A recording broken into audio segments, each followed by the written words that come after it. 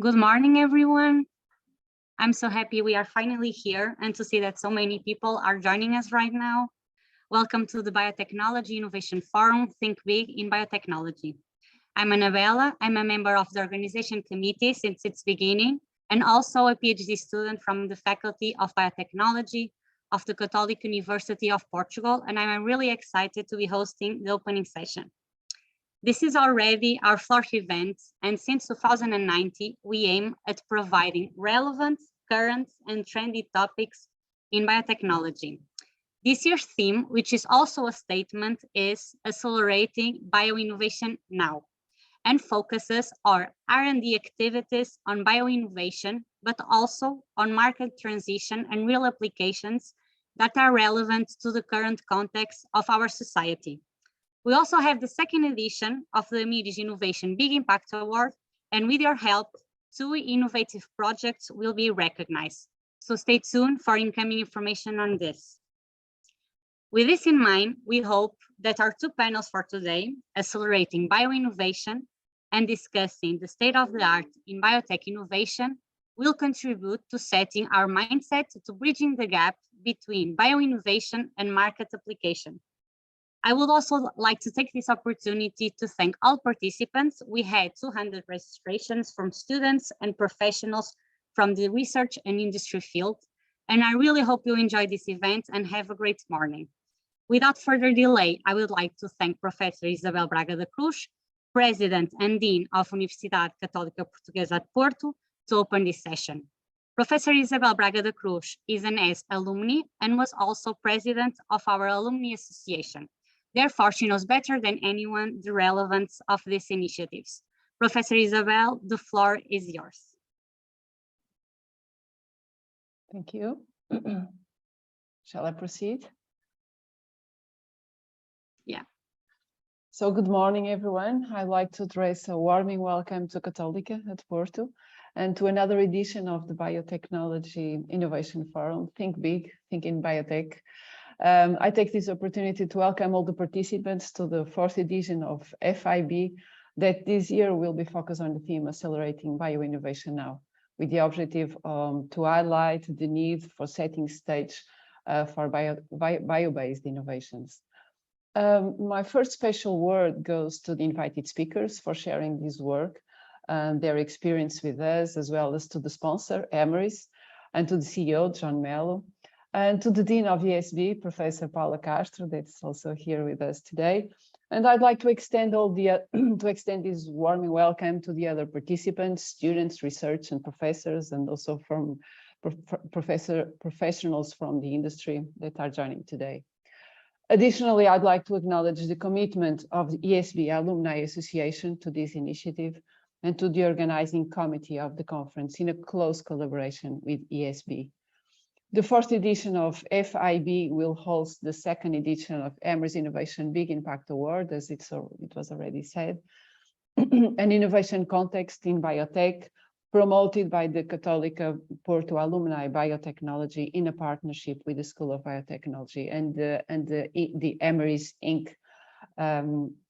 Company as main sponsor. As you know, this company is a key strategic partner with Católica, and we are having a good opportunity of R&D and for knowledge transfer for all the knowledge that is developed here at Católica, here at ESB, in a close collaboration with the challenges of the market.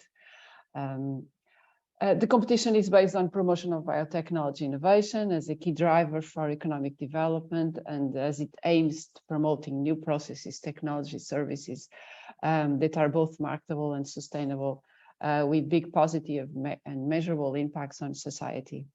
So we are facing a perfect fit of this initiative with our mission, but I will leave the further details of the conference to the organization today.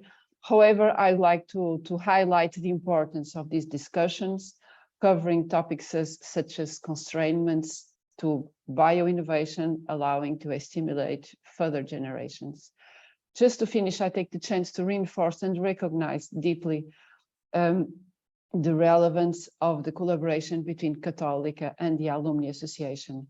As it was mentioned, I was also on the other side of the team some years ago, and I really think that this is a really important population that we want to be very close to us, with us, and to challenge us, and together we can make the difference, because the alumni are really our heart, someone that they breathe market, they challenge us, they bring us the voice of the customer, and so we like to always to be in line to give the answers that the market is looking for, and also the profiles of the professionals that we are intending to give the best education. So this is a way of bringing challenges and problems to the discussion, where the market and science can be combined, focusing on the role of the R&D activities towards knowledge transfer, markets, and to the real applications that are relevant to the current context and to our society. So I'd like to, once more, to deeply acknowledge the organization. I wish all the participants a great moment of discussion, and challenging and exciting and I hope that next year we'll be here again with a sunny day of Saturday with 200 attendees. Looking forward to listen all the discussions and to be stimulated from this. Thanks a lot, and I wish you all a good morning. Thank you very much, Professor. Now I ask Paula Castro, Director of the Faculty of Biotechnology, to tell us about the impact of these initiatives have on the academic life of the faculty.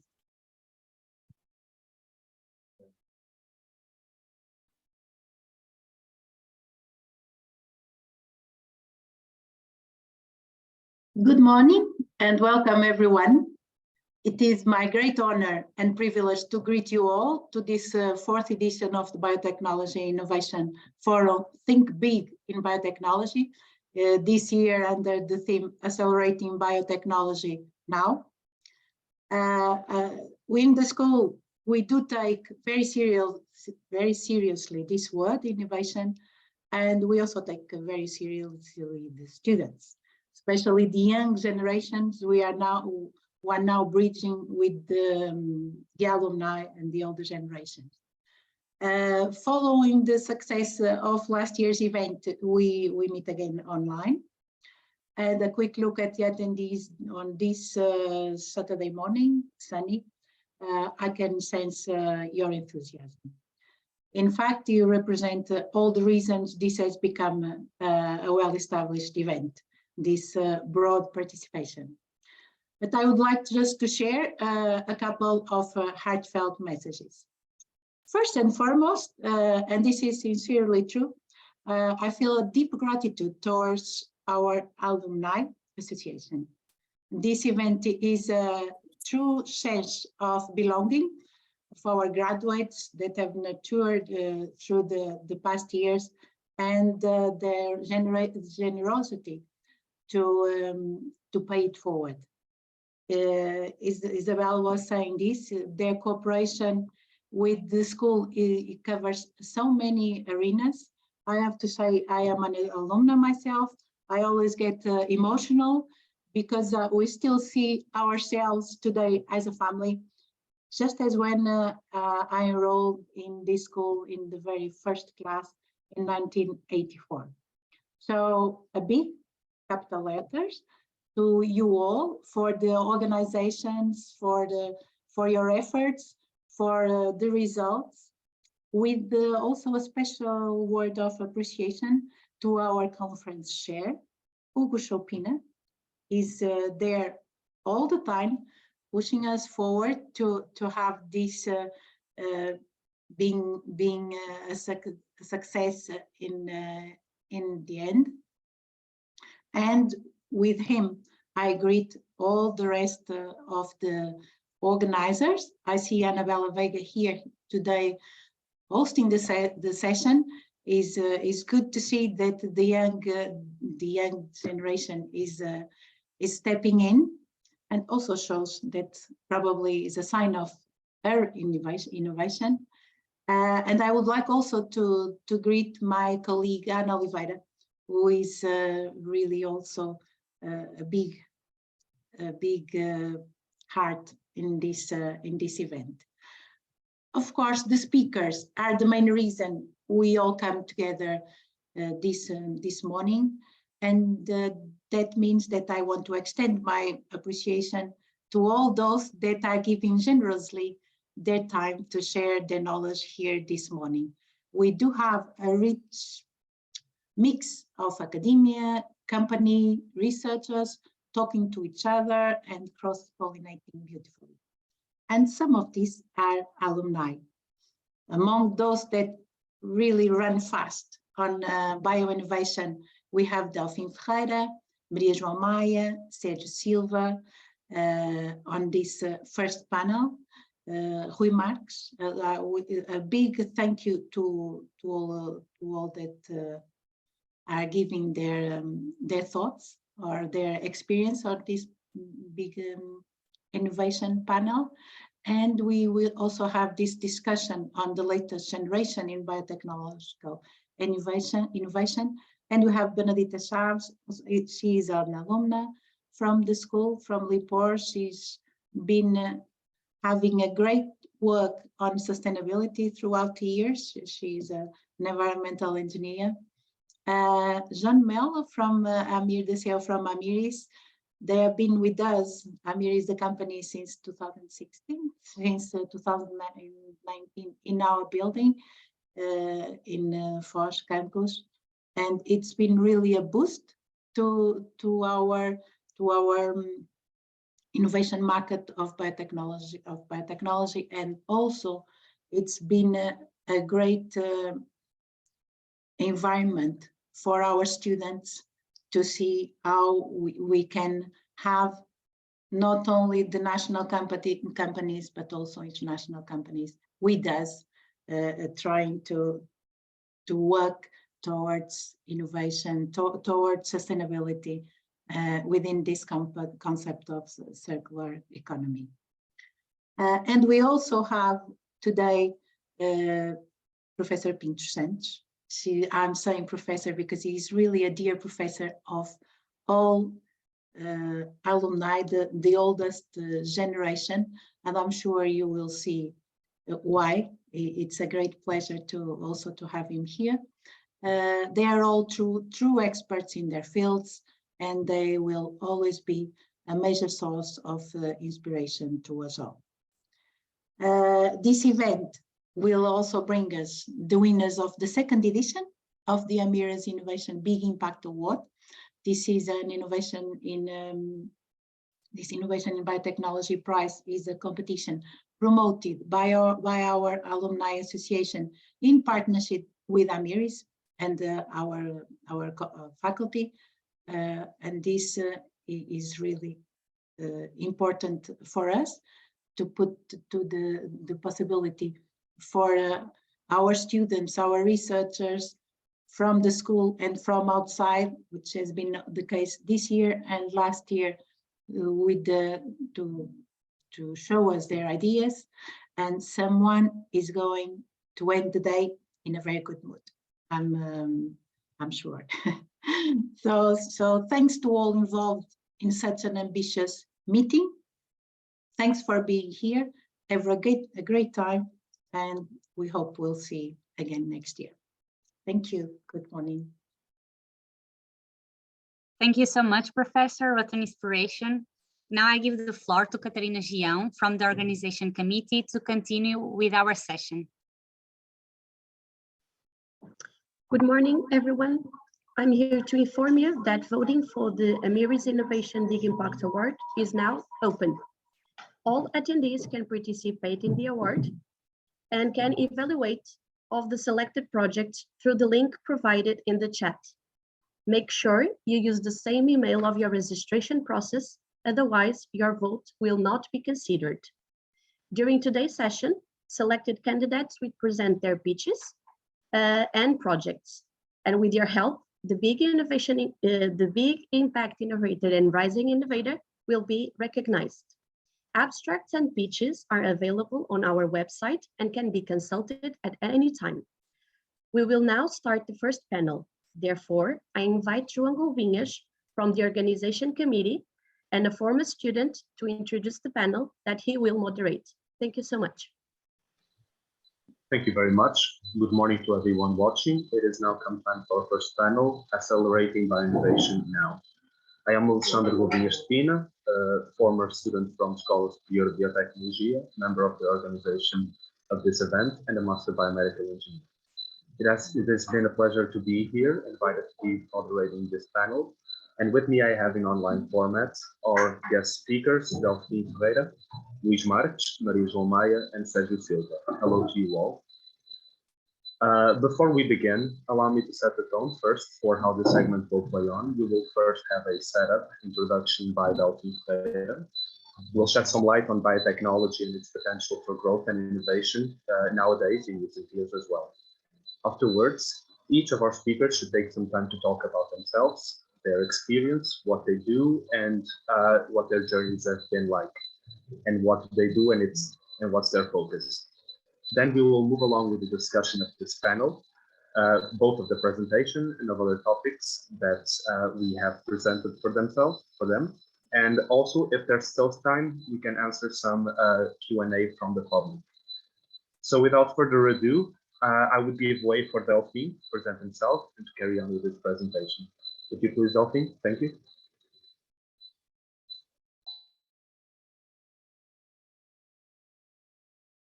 Can you all see the presentation, correct?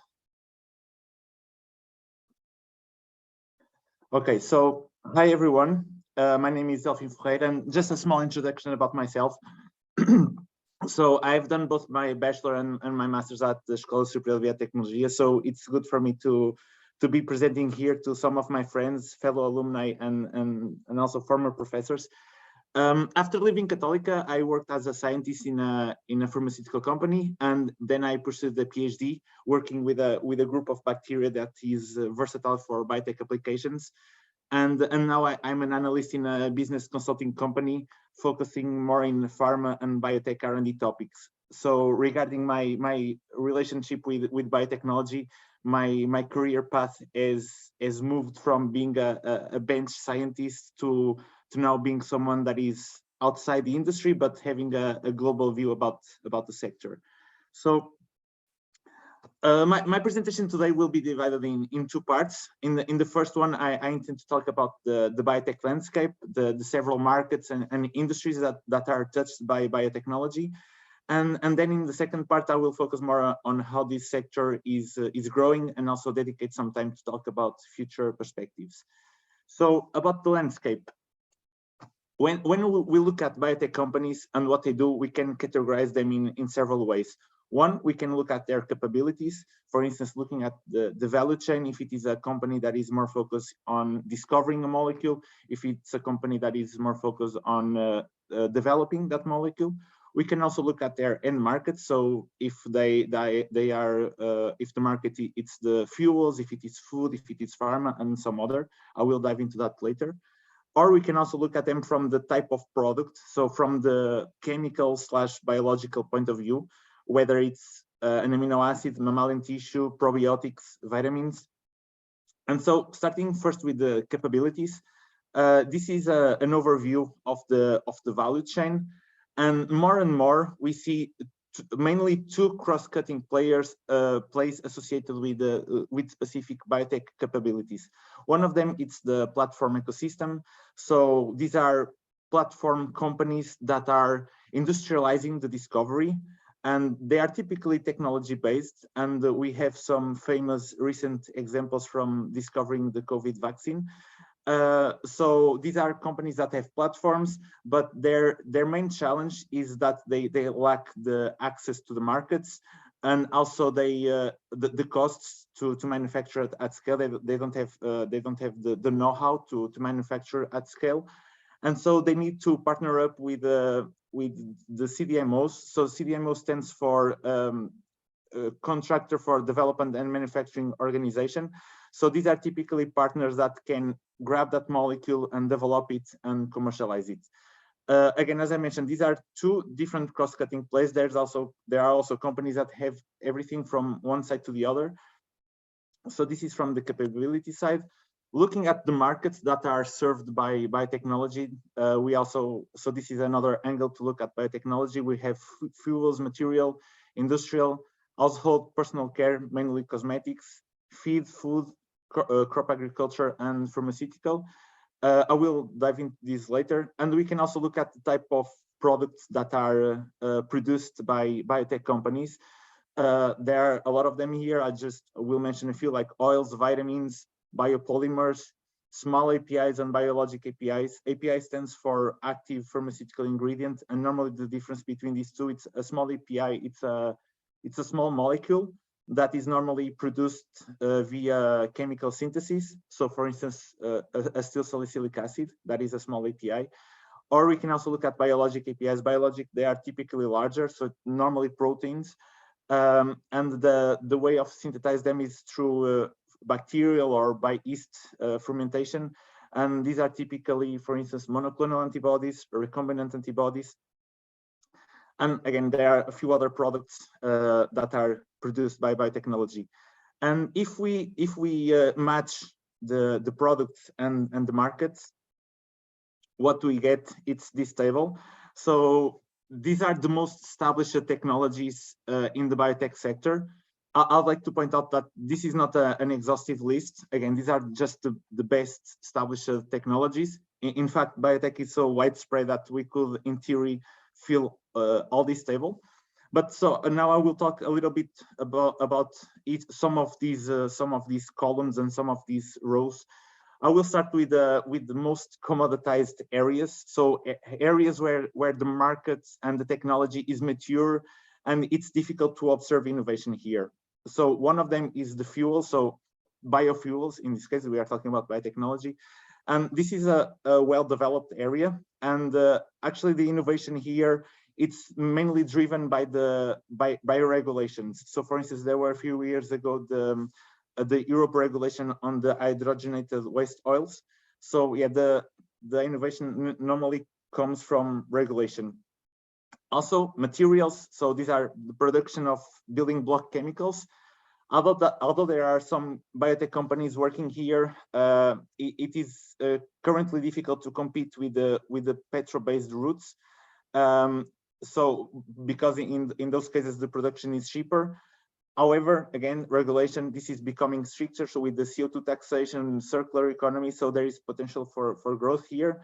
And I mean, there are already some examples of success here. For instance, in the biopolymers, there is the PLA, the polylactic acid, which is the filament for 3D printers. And also the feed additives and the food nutrition, they are also mature markets for biotech companies. Here, the innovation, it's more on the process optimization side. And I leave out some products that I will talk later about this, where there is some innovation going on. Now, we can also look at the role of the enzymes. These enzymes, it's a 12 billion USD market, and this is estimated to grow at 6% per year. And this is a place with some examples of companies that like I mentioned earlier, the technology platform companies. So one company that has a way to produce enzymes or proteins for different sectors and for different purposes. The pharma sector, again, biotech companies, and this is one typical example where you see more and more in the biotech realm. You see more the platform companies on one side and CDMOs on the other side. And again, this is a rapidly evolving technology, and there are a lot of technologies and therapies evolving here. And COVID actually unlocked a lot of innovation here. Probiotics and cultures. This is a 3 billion industry growing at 9%. However, the innovation here, it does not translate in success, particularly in food and in personal care. The success comes mainly from marketing rather than innovation. And also talking about agricultural biotech, this column here, this is a huge market, and in terms of size. and it's dominated by a handful of companies. They have all the full portfolio and all the customer access. Personal care, mainly cosmetics. This is also a significant industry, and there is a push from the regulatory side, from the retail side, from the consumer side, to have more natural and sustainable ingredients. And last, I would like to talk about the CELMA within food, the CELMAs, flavors and fragrance, and the mammalian tissue. By selecting these ones, what I'm talking about is I want to talk about the rapid growth of the protein sources that are alternative to meat. This market is mainly driven by consumer acceptance, health concerns, sustainability concerns, and here the innovation is surprising. There are plant-based proteins, there are production of proteins that are alternative to the milk protein through fermentation, the production.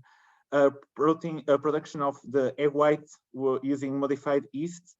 I've also left here the flavors and fragrance because this market, it's not just about the protein, but it's also about the flavor, it's also about texture to make it more appealing for the consumer. Okay, so this was the biotech landscape in 10 minutes. We could stay here all day long. I'm sad that I cannot talk more about this. Hope in the next edition that I might have some time to develop more this. But now let's talk about the growth of the sector. So let's start with the bad news. To measure the current pulse of the biotech sector, I present here three indexes from the US market: the S&P 500, the Nasdaq, and the Nasdaq Biotech, in the one in green. And what we can see that in 2020 there was a rapid growth of all the indexes, and biotech, the Nasdaq Biotech grew for 31%. However, in the last month, since September last year, so more or less 1 year ago, there was a big downturn, and so having decreased 22% since all-time high. So these are the bad news, that there is currently in the public markets, the biotech sector is not performing that well. However, if we zoom out and we look at all the decades, we can see that there were already some pullbacks in the past, so there is some consistency in these pullbacks. And in fact, the biotech sector has been outperforming the other sectors, particularly this one in gray, which is the S&P pharma companies. So prices have, historically, prices have remained positive, and biotech has been growing significantly.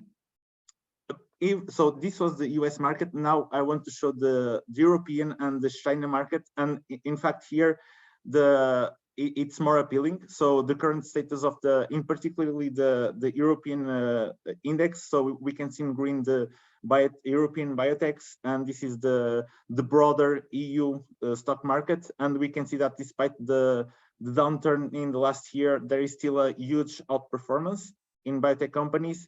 Again, these are just the public ones, and the same for China. Well, not that much impressive, but still there is an outperforming from biotech companies. And there are several forces that have been contributing for the development and for the growth of the biotech sector. Mainly, we can categorize them in three ways. One is the new technologies that are popping up. The other one would be the push from the governments and from the venture capital firms. And on the other side, we can also look on the consumer side. So there is a pull for products that are for the products that are offered by biotechnology. And so, nonetheless, and despite these outperforming of the biotech sector, but considering the recent pullback in the public markets and the current economic situation, I'd like to finish with a survival kit. So these are some hints of what is already being observed and may be more common in the coming months, namely a new era of streamlined and flexible operations, alternative financing solutions, and biotech to biotech business developing and licensing. So on the first side, one thing that I would like to mention, for instance, portfolio optimization, decide if the focus should go to fewer but higher priority programs. Operational costs, it's also something that can be evaluated on a case-by-case basis. Talking about new financing options, there are some shifts being observed in the biotech financing realm. So, for instance, royalty deals used to be for market assets, but now it is becoming common to see these in late stage developing assets. Another non-traditional form of financing for biotech startups, it's coming from the private equity. So in recent years, many private equity investors have acquired or made investments in venture capital firms. So it's kind of blurring the lines between what is private equity and what is venture capital.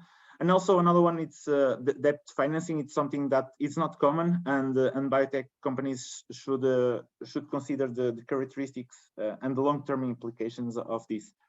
And last, some other options for the survival kit. It's for instance, merging or partnering with other biotechs. Here with capital synergy, what I mean is, for instance, a capitalized biotech with a weak pipeline could combine with a cash constrained biotech with a stronger pipeline.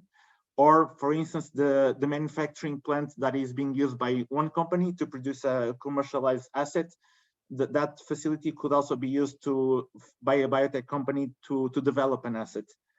And also here on value creation, so the combination of complementary platforms and complementary portfolios, and certain assets and programs could be managed more effectively if companies have complementary technical and management expertise. So that was it. Thank you very much. Thank you, Delphine. Thank you for sharing with us. I hope my audio now is better. It's not. And what about now? Okay. Now I would like to remind everyone that our Q&A chat box is open. You can type in your questions and we will try to tackle them in the end. But first, let us give the digital stage to our other guests to present themselves. And I would like Luis to start, if you please. Thank you. Thank you, Sandra. And thank you all, and thank Católica for the kind invitation for Self4Food and myself to be here. So I'll quickly introduce myself, and then of course introduce Self4Food as a company. So contrary to most of the fantastic audience that we have here, I'm not from the biotech sector, so I'm a computer engineer, and I'll try to briefly explain you why a computer engineer and a marketeer currently makes sense in this context of Self4Food and cellular agriculture.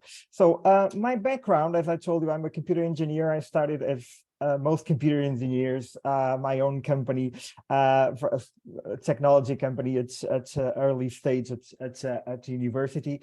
Then I moved on to retail and automotive industry. I launched the loyalty card of one of the biggest retailers here in Portugal, and moved on to the marketing and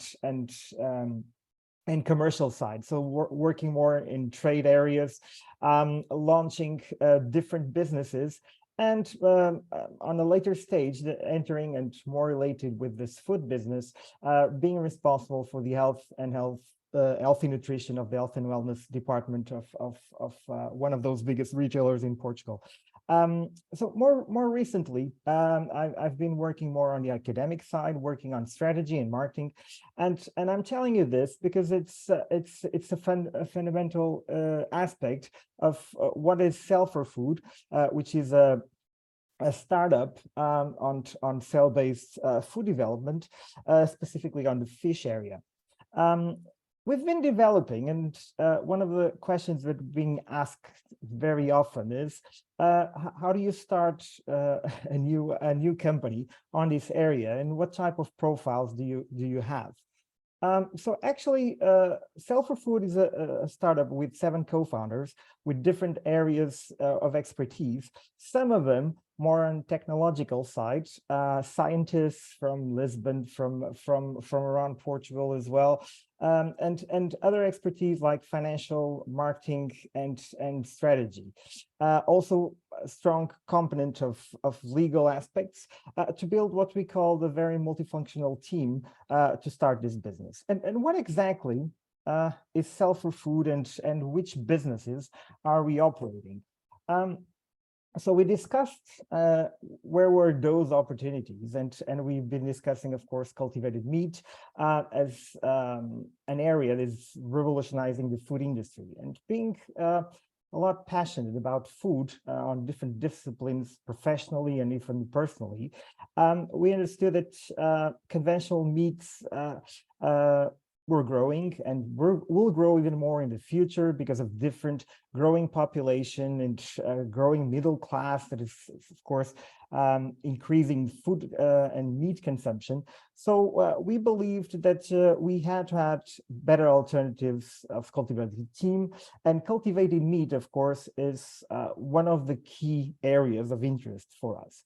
So we believe that cultivated teams has the potential to have the same sensory and nutritional profile of conventional meat, and actually we believe there's huge and significant potential for growth.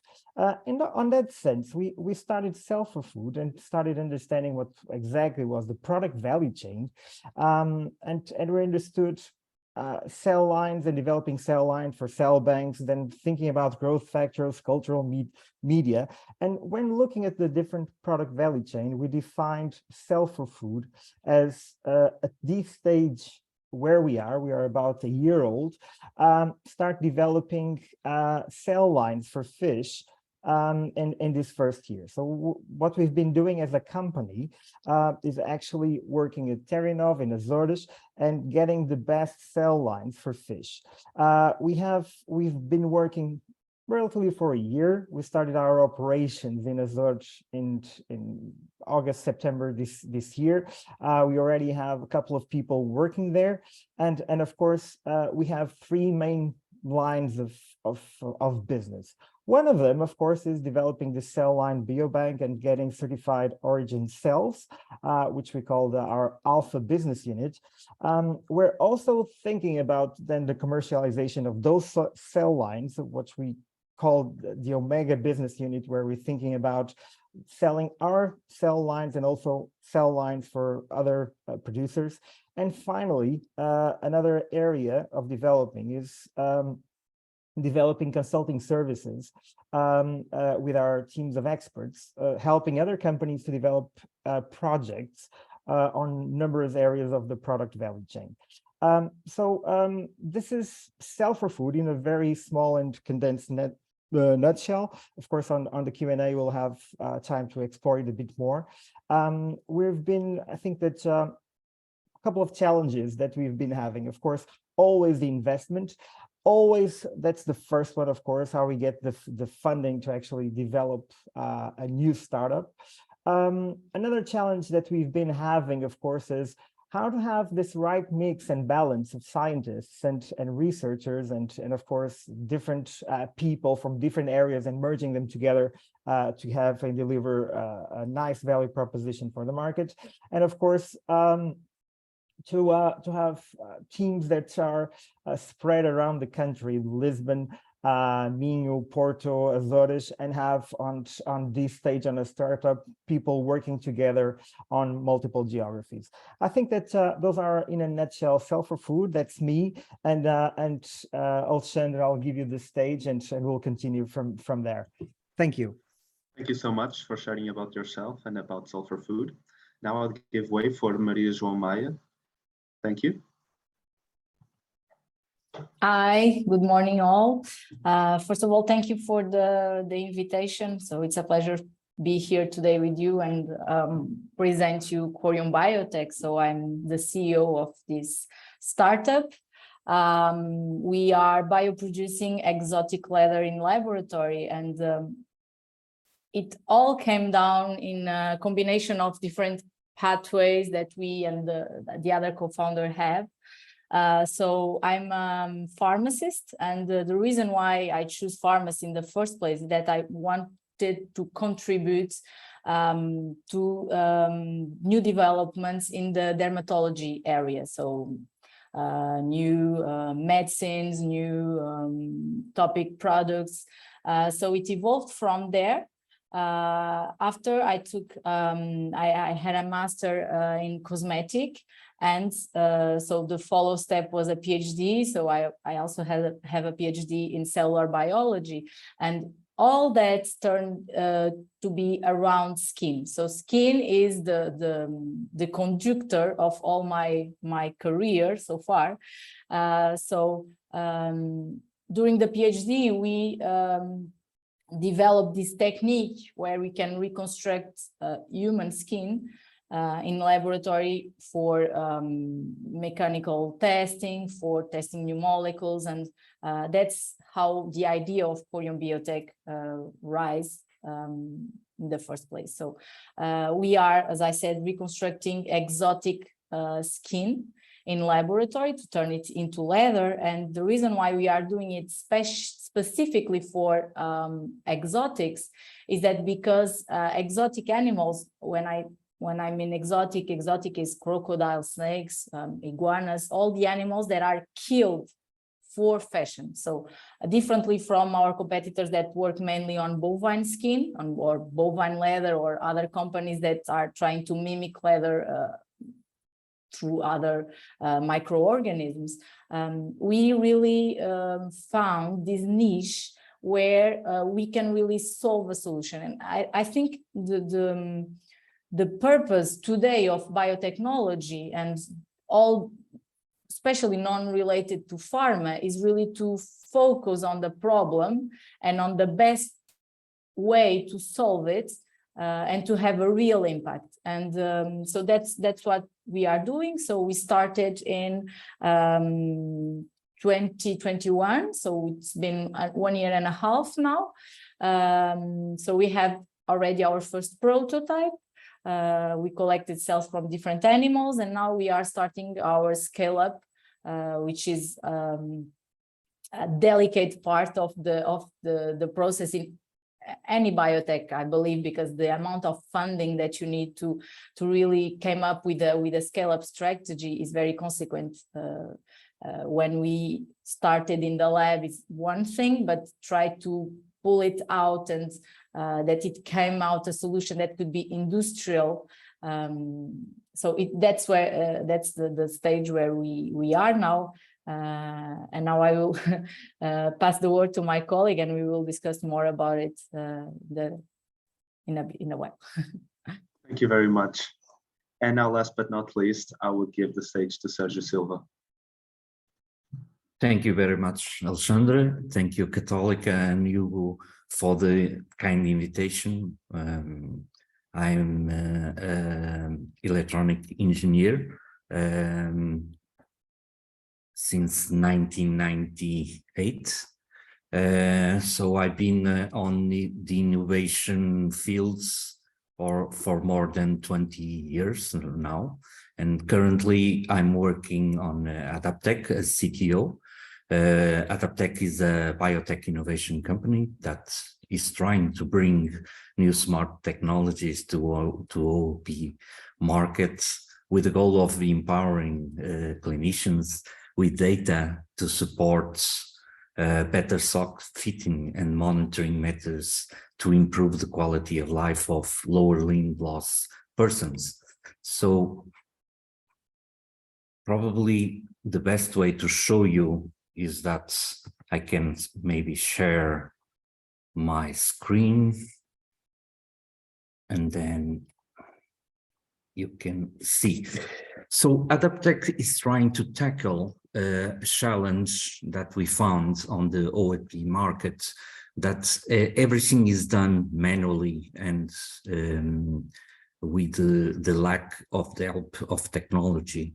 So a person with the loss of a lower limb usually needs to have a socket that interface between the residual limb and the artificial leg by itself. But this socket is touching parts of the body that are not used to have pressure on it. So, additionally, this kind of person usually have the loss of nerves on the areas where they were amputated. So their feedback to the prosthetist or clinician is very poor quality. They don't know the areas where they have pain, or sometimes they even have pain in areas that there's no pain over there. It's called phantom pain. So we decided that we can help people. So we bring to the market the inside sense. So basically is what you see over here. We put it on the sockets, and with that, as you can see on the left side image, we can see the pressure happen on real time during the consultants, and then the physician can look at these pressures and decide where he can adjust the socket for a better fitting of the socket itself. And this is quite important because we usually have this experience when we go to buy a new shoe. We try for a while the shoe, and then we go on with the shoe, and when we start walking a lot with the shoe, then we feel that the shoe is not well fit. And we, of course, we have solutions. We just change shoe. These people cannot change shoe. They must have the right socket, and they cannot change from one socket to the other. So if there's too much pressure, and if it's not a well fitted, these people cannot walk. So it's quite a frustrating process, and that's what we are trying to tackle. And as soon as we have a good fitting of a socket, then we have the digitizer that allows the clinician to digitize and make a 3D model of the socket. In that way, he can replicate this socket for later use for replacement of the existing socket. And that's what we as Adaptec are doing these days. So thank you. I pass the floor again to you. Thank you very much. This has been wonderful. Now that we're all acquainted, let us dive into our discussion. Delphine's presentation has provided us with some contextualization of both the landscape and the positioning of biotechnology, not only in the markets, but what there exists in terms of products and industries in which it divides itself. Now, all of you work or have worked in companies that focus on developing new solutions and products. So this is very much innovation. So no doubt at some point you must have faced some risk going forward with these developments. Either there was a level of uncertainty regarding the technology itself, or a lack of market indicators that would suggest a potentially valuable development. Now, the first graph given it was showed a slight decrease in the markets. The other graphics showed a more positive view of the biotech sector in comparison to others in the market. Now, this is appealing more to your more like strategic entrepreneurial side with this first overall question, is that looking at the data presented regarding the potential applications of biotech products and how well the biotech sector has been performing, how do you evaluate the risk of someone going forward and trying to start a new business within this sector? Would any of you would care to try to give an opinion on that? Yeah, I can start. So I think that biotech is increasing, the valuation is increasing. What we see on the markets for me is more a consequence of the instability that we have today due to post-COVID, due to the war in Ukraine. So I will not hold on that as an excuse or a reason to not go forward with new biotech companies. I think that despite of all this political situation and this crisis that we are facing as world, the data really tells us that biotech is here to stay. So, and I think that for us that are on a field that is not related to pharma at all, the fact that there are investors willing to invest in this type of biotechnologies that today are more aware of what it implies in terms of time, in terms of resources.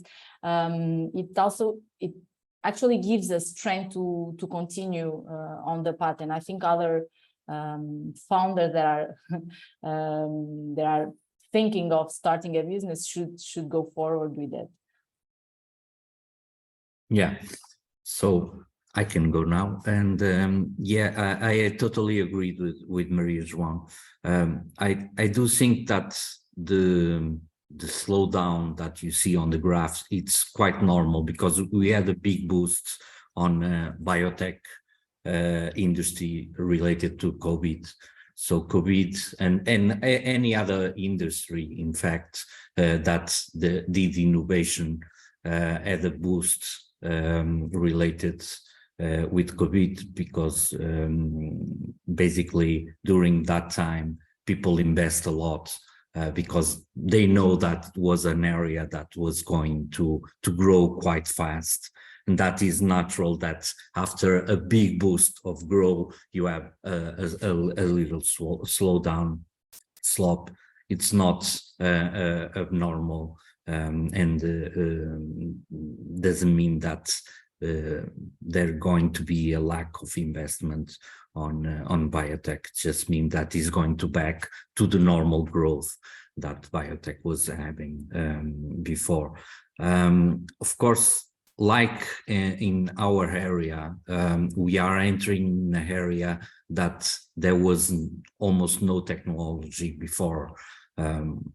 It had CAD/CAM, but the rest was all manual, people doing this for over 100 years in the same way. So it's always difficult to enter the market and to change the people, especially because we are in areas that are quite innovators, and we are the first entering these areas. So when you don't have competition to say, oh, I have this product that is similar to his product, and both are entering the market, it helps to have competition sometimes, because it's faster for the market to accept the products.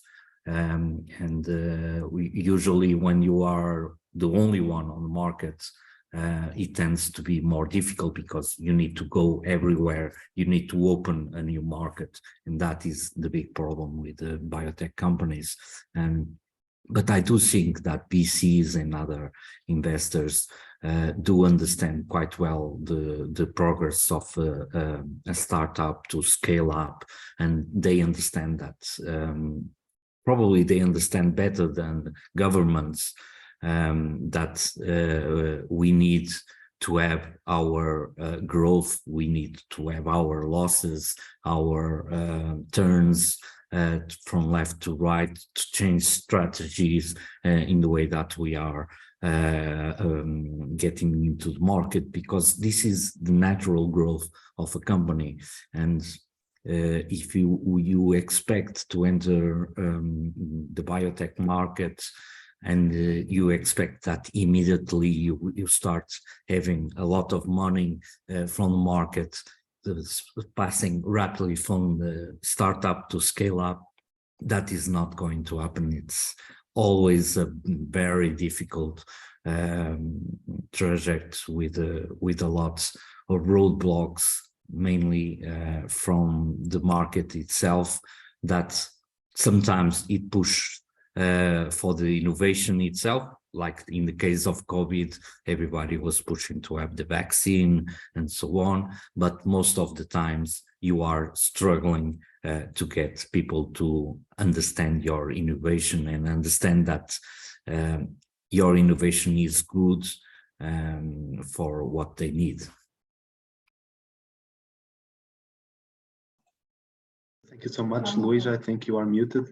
Yes, so Delphine, let me comment on what we just said, and I think it's self-food. We strongly believe, and I think that we saw this from Delphine's presentation as well, and also as we mentioned, that we believe that this market is an unstoppable force, and I think that we're in a product or a typical product life cycle where we're just starting. A lot of fuss is talking about the growth of cultivated meat, and of course we have the wave of plant-based. I think people are a bit panicking of one of the big companies like Beyond Meats, where people invested a lot of money and in a second they lost half their money or even more.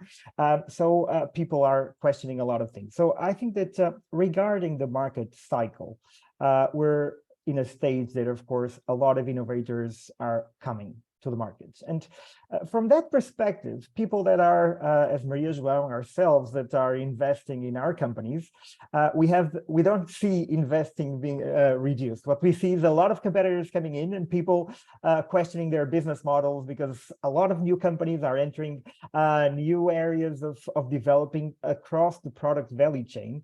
So as an entrepreneur, you have a feeling that everything is going too fast, and you're not sure if you're fast enough. Okay, so that is my first point, which from a startup perspective, you have to have first a clear view of where you're headed, so you don't panic and have a clear understanding of that path. But at the same time, there are really people that are coming to your sector, and you have to have the flexibility to adapt to some changes in the market. All of a sudden, a new fermentation technology that disrupts the market, and you have to think that, well, maybe we should start focusing on that as well. So I think that we're seeing that product life cycle and market life cycle happening as we speak. From an investor perspective, I think that the money of course, COVID was a moment where we see a lot of things happening. Then we have cryptocurrency and the reduction in the markets, a lot of speculation whether or not we hit the bottom. And so we see investors questioning whether or not it's the right time to invest. Still, there's a lot of money and people a lot of investments, but at the same time, they're questioning a bit more where they're putting their money and if their investments are sound. So I think that having a solid business plan and a solid roadmap and having deliverables and milestones where you can see the progress of your business is really important at this stage, so investors understand that you're making progress or you're just doing nothing out of thin air. So I think that is the importance first from your product developing cycle, making sure that you have a clear roadmap and understand where you're going. And of course, make sure investors see what you're delivering and at the same time have clear milestones and deliverables. So I think that we strongly are very optimistic about where the market is headed, of course, the investors as well. But at the same time, as a startup and an entrepreneur, of course, we always in our weekly meetings are just popping up new ideas and new news that are coming, and we have the team always questioning the roadmap and whether or not we should adjust our product pipeline. So I think it's very interesting times to work in this business. So what recommendation could you give for potential entrepreneurs at this time? So going back to the 2 points, so I think that be calm and have a clear roadmap of where you're going. So of course you have to understand, I think that Delphine presented a wonderful picture of is the landscape. So make sure that you understand that where you are and which areas have the biggest potential for development. And of course, finding the right partners to go with you and have a solid team to go there. My second recommendation is please don't panic, because it's normal in a new situation, in a new market cycle, that a lot of players are coming in. Just make sure that you have the right people on board with you, the right investors, and you have solid discussions and continuous discussions of realigning your end goals. So I think that those 2 or 3 would be my top 3 recommendations at this stage. If any of your other guests would like to share their recommendations, they would also be welcome. Yeah, so I agree with Luis completely. Not to panic first, for me, is the first one. And don't be afraid of the competition. It's better to enter on a market that already has players in it, because if you really focus on the big problem, the problem that you are solving, and you are confident that you have a solution for it, it doesn't matter if the competitors make you stronger. Because if you tap on a market, no one is there, okay, maybe you find the right problem that no one was thinking about, but there's also this idea that if no one has thought about it, maybe it's not that big of a problem. So yeah, for me, basics is you don't be afraid of your competitors, and of course, as Luis said, you have to assemble a team that is not only focused on science. And investors, they value that. They value the fact that you understand, as you have a scientific background. We had a scientific background, but we clearly understand that we need to bring more people to the table to discuss marketing strategies, awareness, all of that. So it's very important to build the right team, and investors value that, especially when you are early stage. Yeah, so I completely agree with Maria and Luis, because you need to have a clear view where you are heading, and this is one of the most important parts of the process, because if you don't have a clear view, then everything won't work. But as soon as you have a clear view where you are heading, then you can set up your goals, set up your milestones, set up a good team, diverse team.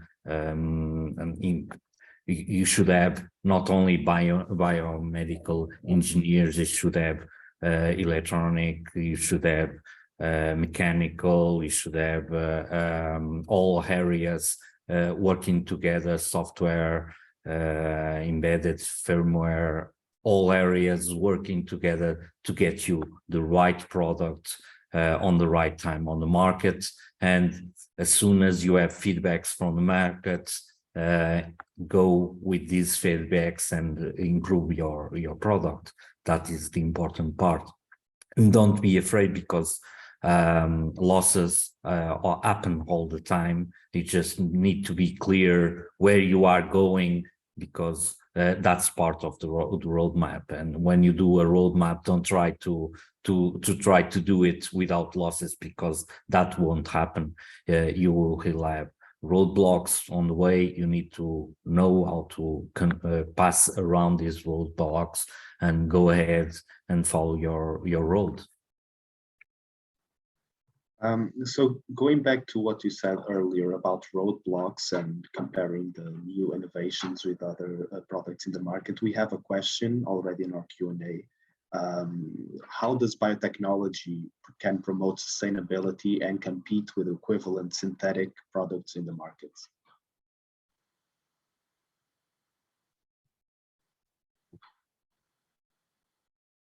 So I can start.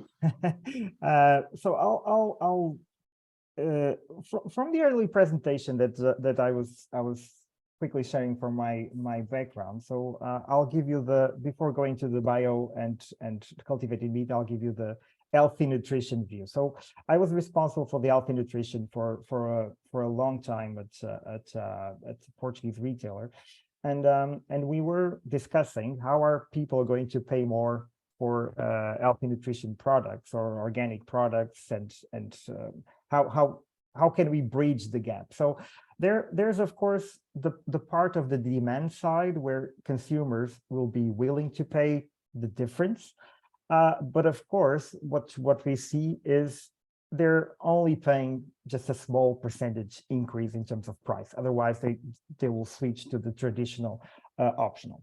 I think that is something that will happen, the same thing as in cultivated teams and cultivated agriculture, so cultivated products. So what will happen is there will be disruptions in technology, and of course the price that we had from the first burger that we saw from cultivated meat costed 100,000 to produce an hamburger, and it's of course the price is decreasing tenfold almost every year.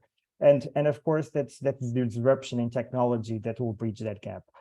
How fast that technology will be put in place depends a lot on a variety of options. One, of course, is private equity investments, but of course, that will have to have incentives from governments to increase new technologies, new disruptions to bring the price down. Another thing that from a sustainable perspective or point of view is whether or not some of the products that are less sustainable should have an additional cost or taxes that will artificially increase their costs, and at the same time level the total the price for the consumer. So I think that there are different ways of seeing it. I would say that disruptions in technology and making the fair price or the just price, the correct price of non-sustainable products by artificially adding taxes or costs for the environment or society is something that we're probably seeing in the coming years. Exactly. I again agreed with Luis, and I think that it must be a balance. Anyway, if you are starting a biotech company today and you don't have clear sustainable metrics, you will not find investment, because investors today, this is the top concern. So for sure you will develop, and we are developing a product that is much more sustainable regarding the traditional one. And here I think that, and that I agree with Luis, the government must push this like with more taxes for the ones that are not sustainable, or inversely less taxes for the ones that are trying to develop sustainable solutions. But anyway, I think that we are on a momentum now that we will deal with these synthetic products, and in our case with synthetic leather, like leather from plastic, it will be here for the next year. So the transition, I envision it, the transition very slow, because some people don't have the possibility to get these products because they are highly priced, the alternative sustainable solutions. But with time, I think that we will shift completely, and we need to have, as biotech community in general, we need to have more help from the governments, and I think that it already started to happen, because investors are also pushing on it. So when the ones that have the money start thinking, no, we must push for these solutions, we must push, when they start seeing, and they already are, that sustainability is key and we can't get away from it, then the society will adapt. And I think that, I don't know, in 10-15 years we will be standing hopefully here discussing very different topics and very different metrics than we are today. But I don't see the fact that we propose products that are highly priced as blocking the technology from happening. Yeah, I totally agree with you guys.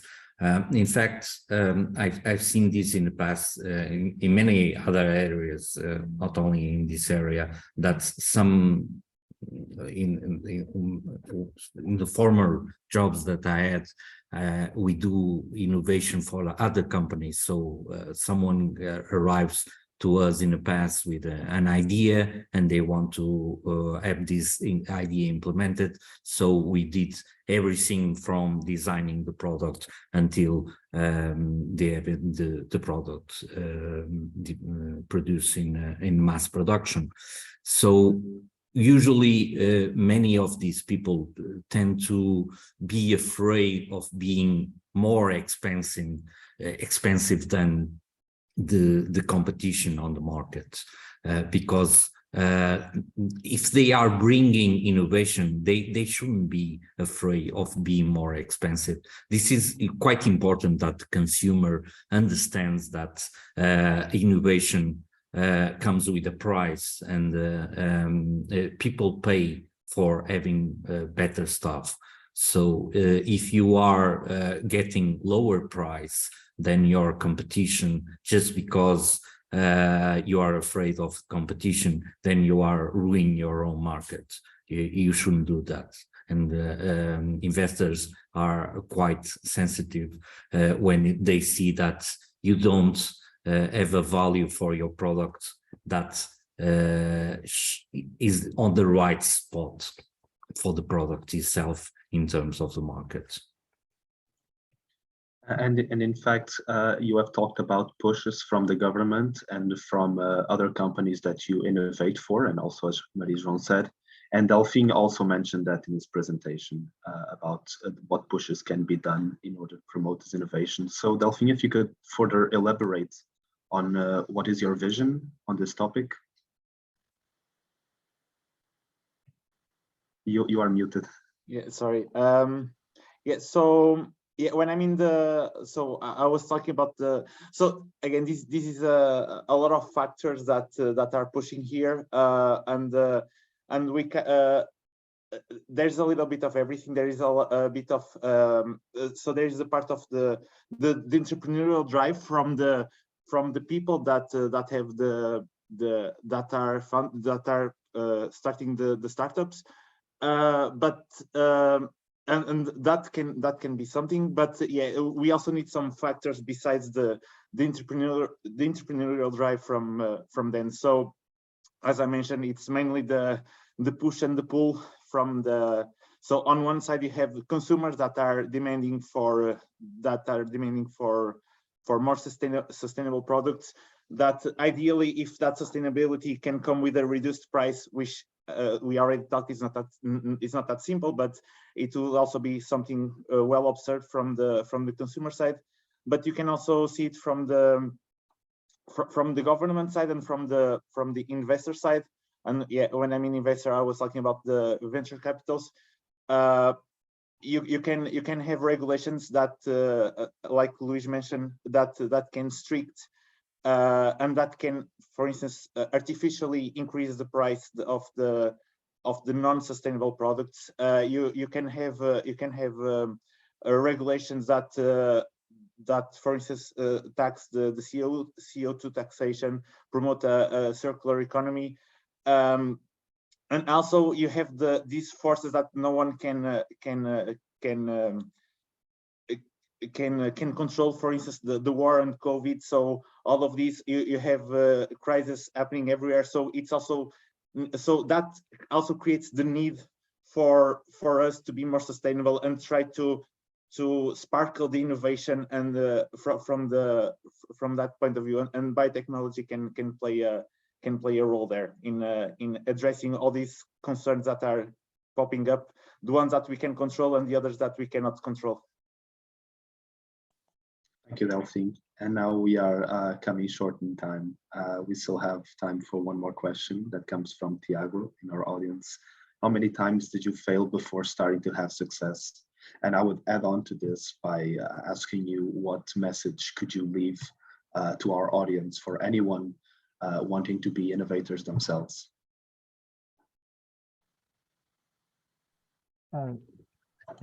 I can start.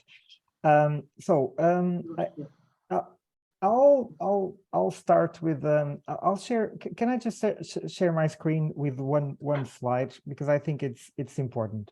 So can you see my screen? Yes. Okay, so we failed multiple times. Okay, and I think that failure is not always easy, and I think that throughout my career I failed significantly a lot of times, and I think that at the time it frustrates you, it leaves you in a very bad place, but with time you understand that the learning process is important. And I think that at Sell4Food, when we see defining our mission and even defining exactly what we are, we understand that make sure that you leave room for failure in your mission and on the different areas. So I think that at Sell4Food, for instance, and I'm a computer engineer. So imagine a computer engineer working with biologists and people on that area that would say, well, tell me so I can put in my Excel exactly how long will it take to develop the cell lines. It's 3 months or 6 months. What exactly do you need to make this work? And reality is that you learn through the process that it depends. There is a lot of degree of uncertainty that you need to take place and incorporate here. So one thing that I found really important is the people that surround you. So I think that make sure that you have on your core team different competencies that do help you through the process. If you don't have that core team, make sure that you have a solid advisory team that helps you through the process. People that you can actually meet, a peer group of people that have failed entrepreneurs, so they can help you through the process. Because being an entrepreneur can be a really lonely job if you don't have the right people on board. Luckily, I think that at Sell4Food, you have a really nice mix, not only the 7, but also the people that are in our advisory board that help you throughout the process, that understand failure, but at the same time, question you if you're on the right direction. So when we look at the product value chain, as I mentioned here, we started with cell lines from cell banks. Throughout this year, we've discussed it extensively. Should we go to growth factors? What is our role in terms of bioreactors, fermenters, etc.? So I think that one question that I strongly would advise you is surround you with the right people that help you through those bad times that will happen for sure. But at the same time, question you and ask you the hard questions of where's the roadmap that you are, where you're going, and type of adjustments that you need throughout the process. Those would be my top recommendations for you. And of course, thank you all for inviting Sell4Food to be here and share our thoughts. Thank you. So I can continue on that. Team is the most, we stressed it to the whole session. The best team is your best chances to succeed. But in terms of what is failure, what is success, I don't believe that you need to massively fail to achieve success. We are still on a path to success, but for us, success is to have our product on the market. That is the success we can hope for Corium Biotech, but we already had success. We already secured funding, so this is success. We already secure, or we are in conversations to secure clients. This will be huge success. And of course, we have failures. In terms biologically speaking, just to have the first cells, we had multiple failures. But I don't consider that you need to go through failure to achieve success. And again, as Luis said, if you have the right team and people that understand from different backgrounds, that understand the different topics on what is important in a startup, maybe you achieve success without having this massive failure. You don't have to, you stated that is it mandatory to develop the love-hate relationship to it? I don't believe it's mandatory. And I think, and I strongly believe that you have to work for it, but there's also like be on the right place, on the right time, talking to the right people is very important. So you need to speak your business, you need to discuss it with people. You don't be afraid of discussing an idea for fear that the one that are discussing it with you with start developing with. So it's very important to not be afraid because we first thought about developing exotic leather like 5 years ago, and we were scared telling this idea to others that were more well placed, because we were like, if we tell this, people either will say it's a joke or people will find it amazing and will develop without us, and it drove us back for a few years. So it's very important to talk. You don't be afraid of discussing it. It's my last comment on that, my last proposition for you.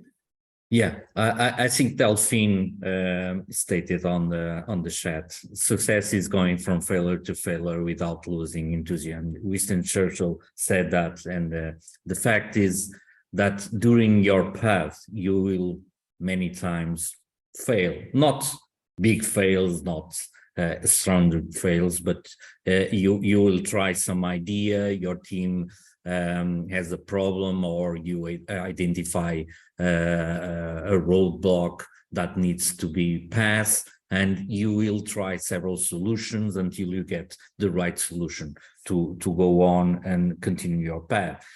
The important part is that you understand that failure, and if it's a big failure, you need to have a big team on your back to help you to have the mentality to overcome the failure and become a success. You cannot become a success if you are not willing to fail. But willing to fail doesn't mean that you need to fail. Okay, you need to be willing to fail to be a winner, but eventually you can be a winner without ever fail. So that's the important part. The road to success is always quite problematic, with a lot of problems, and you should understand that problems are part of being on a business. Don't take it too much on your heart. Join with your team and get the right solution and keep moving. Always keep moving. So be willing to accept risk, learning from failure, and surrounding yourself with an amazing team that can support you throughout the tough times. Again, thank you all for joining us today. This has been a very enriching debate, and some thoughtful insights were shared, and I hope you all have enjoyed this session. However, we must end this panel finally. So I'd like to thank our guest speakers once more for joining us. And next up, we'll have a short break, after which we will return with the Amiris Big Impact Award pitches by the contestants. From my end, thank you all, and see you later. We should be back at 10:45. Thank you all.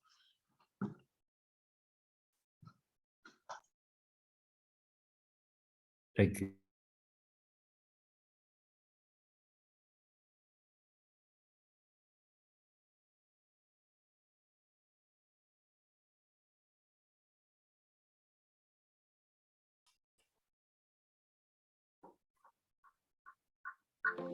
Amiris was started in 2003.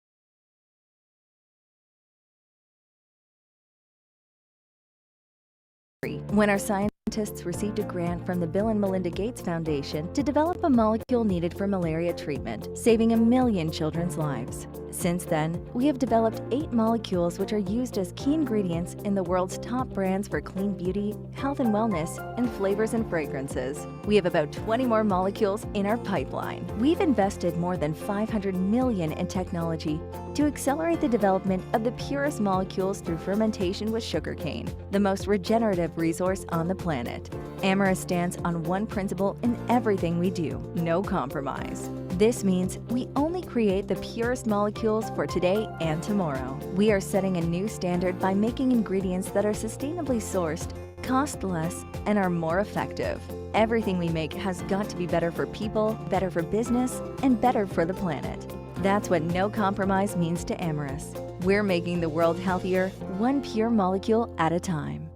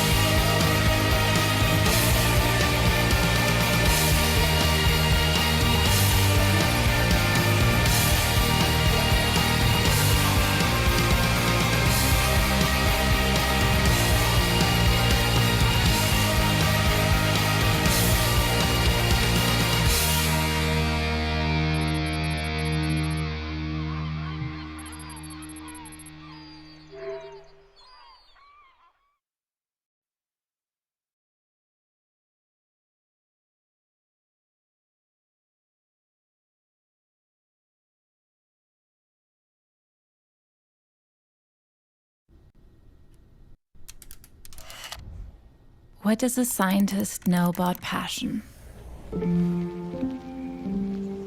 A crazy abstract thing like that is for poets and painters, for the imaginations of the hopeless romantics and the hopeful dreamers. Well, we're dreamers too, but we don't just dream. We examine, we study, we experiment, we take what seems impossible and find a way to make it possible. We might not paint pictures or write sonnets, but we use biology to make what's scarce abundant for all, to make our lives healthier, our planet healthier, and sustain a world that will continue to inspire the poets, the painters, and all of us hopeful dreamers. So yes, we know about passion. In fact, we have enough of it to change the world.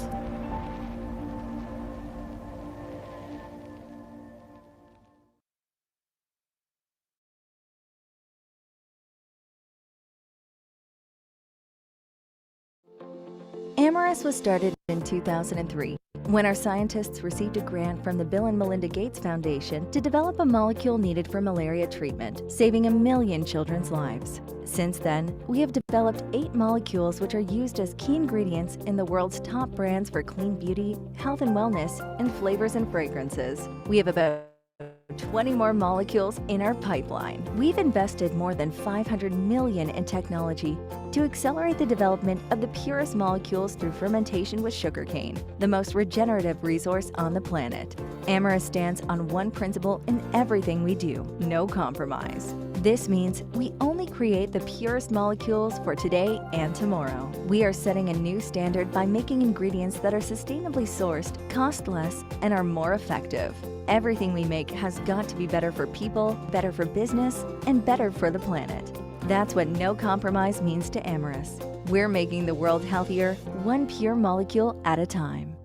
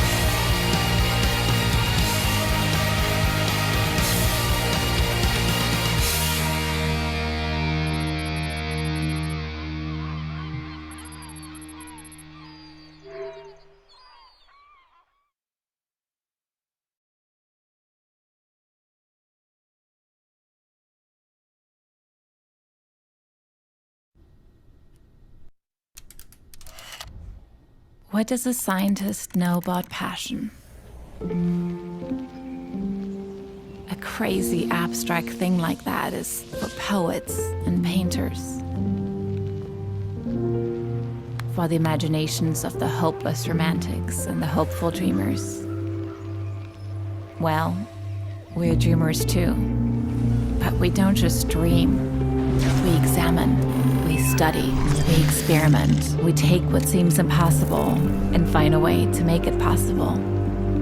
We might not paint pictures or write sonnets, but we use biology to make what's scarce abundant for all, to make our lives healthier, our planet healthier, and sustain a world that will continue to inspire the poets, the painters, and all of us hopeful dreamers. So yes, we know about passion. In fact, we have enough of it to change the world.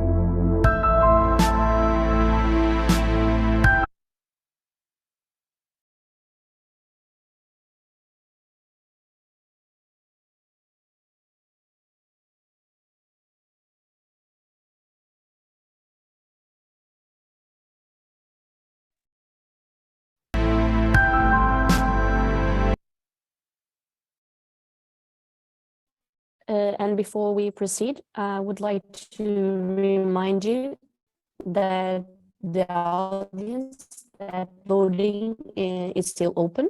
I kindly ask you to vote because, as you know, and in the chat, and the selected candidates will now make their pitches no longer than 3 minutes each. With no further delays, I give the floor to Inês Pinto from Brazil.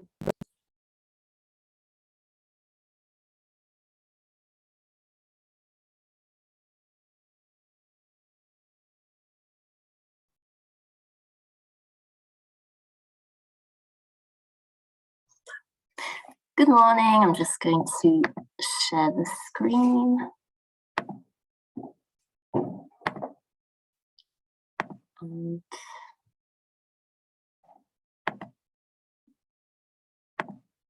begin. Okay. Good morning, it is my pleasure to present BrainSense, a miniature biosensor for multiple sclerosis. But why multiple sclerosis, you may be wondering. Multiple sclerosis is a neurodegenerative disease and the main cause of non-traumatic disability worldwide. At present, there is no cure and the average age of MS diagnoses is 29 years of age. About 50% of MS patients are unemployed within the first 3 years of diagnosis. greatly reducing a lifetime of socioeconomic potential. Furthering the socioeconomic burden, the estimated cost in the EU alone in 2005 was 12.5 billion euros. There is a need for early diagnosis and monitoring of multiple sclerosis, and the conventional diagnostic methods are usually very invasive or painful. It is a heterogeneous disease with 4 subtypes and 15 different treatment options to suppress symptoms, usually chosen through trial and error. The recurring hospital monitoring is of about every 6 months, translating to elevated costs only expected to rise during the next few years. There is an opportunity to improve diagnosis and monitoring of MS by identifying and quantifying a molecular panel of multiple sclerosis for better disease stratification and treatment selection. There is currently no other technology available in the market that can fulfill this unmet need. Here we present our solution. The patented electrochemical brain sense technology, a device for the diagnosis and monitoring of MS, allowing multiple molecular biomarkers to be quantified using a single drop of blood with results in about 5 minutes. Some of its unique features are that it is a point-of-care miniaturized biosensor, has a very low fabrication cost, and is automated, which means easy to use. In the framework of the Amaris Big Impact Award, we expect to leverage this technology to a technology readiness level of 6 while showing its full applicability in multiple sclerosis as a priority. However, other clinical applications for the electrochemical biosensor technology are also pipelined for the next 5 years based on our parallel studies. Due to the disruptive nature of BrainSense technology, our team holds multidisciplinary expertise with the commitment to successfully drive the development of this technology towards the market. And lastly, I'd like to thank you very much. Thank you, Ines. Now let's move to Jack Ansel from Deep MicroDiv. Thank you.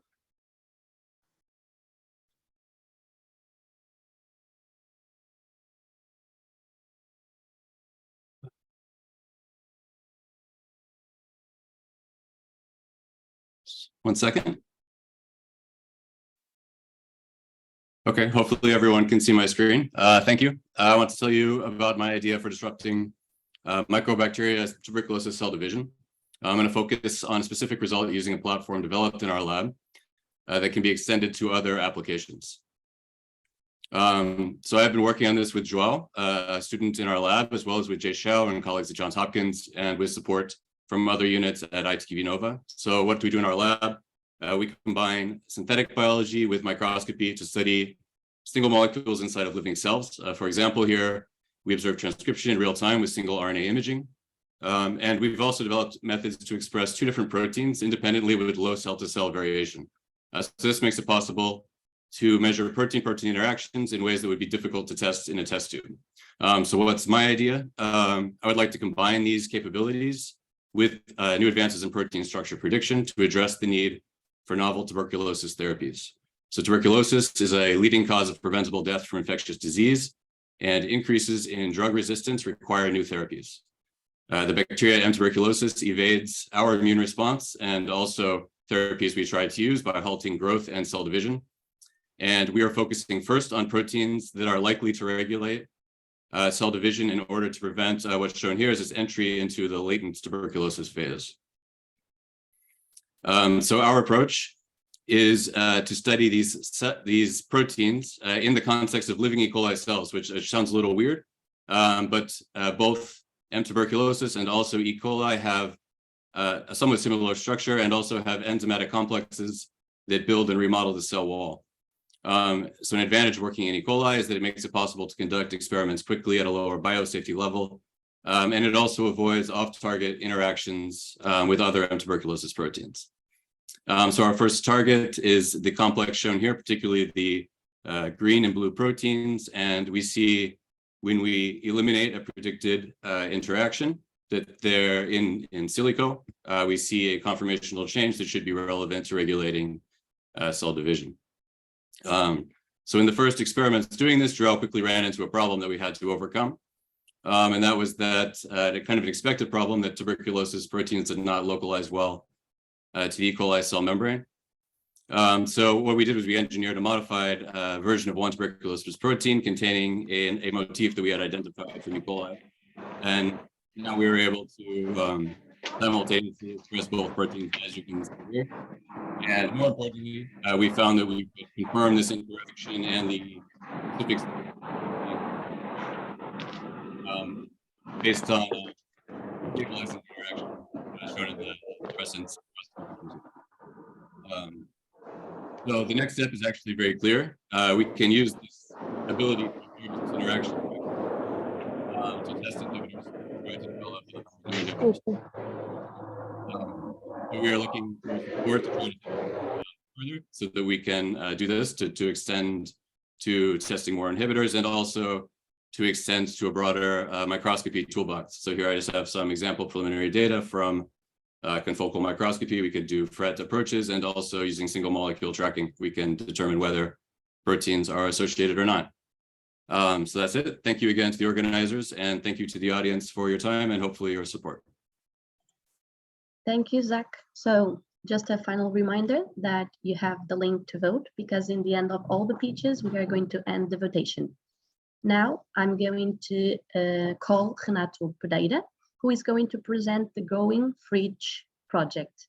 Thank you.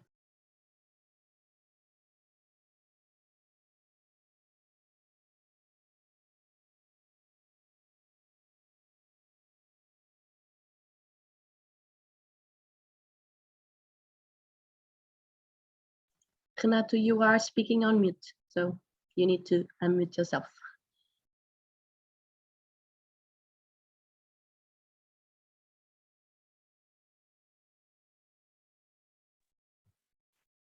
Now, can you try, please? Yeah, can you now hear me? I can hear you. Yeah, thank you. Yeah, thank you. Okay, so good morning all. I'll try to start. So my name is Renato Pereira. I'm a bioengineer / biomedical engineer, and I'm here to talk to you about the growing fridge, which is going to be the future of agriculture right at your home. So let me tell you first how it all started. So how was the growing fridge invented? So one day, my mom was having a real bad time trying to grow some plants. And I thought, well, maybe I can engineer something. So I went into my room and I started to build this closed box with all kinds of sensors to create like a controllable environment and planted some seeds. And guess what? They actually grew. So I started to think, well, this is not just great for my mom, but to everybody and even our planet, because farming is becoming more and more difficult and in some places impossible because of global warming. And that's how the growing fridge was born. So taking the principle of the closed box, we have several shelves or drawers so you can plant different things, making the growing fridge an intelligent and automatic system, which is equipped with a variety of sensors to provide all the essential needs for your greens to grow. All controllable and automatic, from temperature, watering, lights, humidity, everything. And you can grow wherever you want, from cilantro to tomatoes, from basil to cucumbers, everything. And you may ask, well, why should I buy the growing fridge? Well, first of all, it's just so awesome. Imagining having your personal farm right in your kitchen, and you can grow wherever you want. Your greens will look amazing. And we already have this good looking big prototype made from an IKEA cabinet that looks amazing. And second, it saves the planet, because traditional farming consumes a lot of our resources and may be extremely pollutant. Fuel is used in collecting and transport, and we also have plastic packages and high prices, thanks to inflation, right? While the growing fridge works on low resources, is environmental friendly, and is low cost, and with nutritional benefits, as you can collect directly from the source. And we don't want to make the growing fridge only available individually. We want to share it with real estate, so you can have it available right when you buy a new house, for example, and to supermarkets and restaurants, reducing the costs for suppliers and transportation, and provide healthy meals. But also making the growing fridge available where there's an extreme difficulty in growing food and actually end world hunger. And that's it for the growing fridge. Thank you so much for your attention. I'd like also to thank FIB for this opportunity and to UCP, which is very familiar to me. And don't forget, vote for us. Thank you, Renato. Now, let's meet the early project that is going to be presented by Yvonne Martins. Thank you. Hello, good morning all. Thank you in the first place for this opportunity to present the early project to tackle Alzheimer's disease, a neurodegenerative disorder that has no available cure. I will share my slides.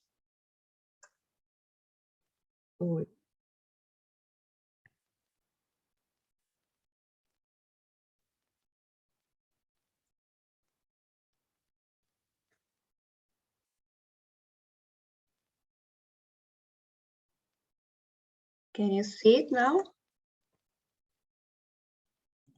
Yes, we can see it. You just need to put on presentation mode and that's it. Okay. So, as I was talking, Alzheimer's has no available cure. And for a long time, it has been accepted that the accumulation of plaques of amyloid beta in the brain were the responsible for this disease. However, we already know that before the plaque formation, the deposition of amyloid beta oligomers are already capable to impair the synaptic function. And these toxic species start to accumulate in the brain many years before the appearance of the first clinical symptoms. Unfortunately, nowadays, all the methods provide a late diagnosis, and there are no tools to diagnose this disease by the detection of the soluble forms at earliest stages of Alzheimer's. Therefore, we need to develop new strategies for early diagnosis and therapy. So, given this, our team resorted to the use of bacterial viruses. These are harmful for the humans, and they also are capable to cross the blood-brain barrier. We have engineered phages with specific peptides at the surface that are able to recognize the soluble forms of amyloid beta. And we observe that these engineered phages are able not only to cross the blood-brain barrier and recognize soluble forms of A-beta in brain tissue, but they also are able to inhibit the aggregation process of A-beta. So our phages are able to be used as an early detection tool and also possess a very strong therapeutic potential. And what we have seen is that they are able to repress the aggregation process of A-beta, what may delay or even inhibit the onset of this disease. At this moment, our technology stands in this validation stage, and a patent has been submitted. And for the future of this platform to be used in clinical practice, we depend on all these actions to provide the necessary steps for future market access. All this would not be possible without a very highly motivated and multidisciplinary team. And finally, early is a solution, a sustainable and bio-inspired solution to promote healthy aging, and in a summary, to avoid the loss of sense of self. Thank you very much for this opportunity. Thank you, Yvonne. Now I hand the word to Sara Cunha from MVP Project. MVP Biotech. Thank you. So you're seeing my screen? Yes. Okay. So good morning. My name is Sara Cunha. I'm a biotechnology doctoral student working with Professor Manuela Pintado, and I'm here today to present MVP Biotech, which is an idea that came after realizing that fisheries and aquaculture industries have high market dimensions with productions of around 200 million tons per year. However, 35% of this value is waste, which results into a negative environmental and economic impact.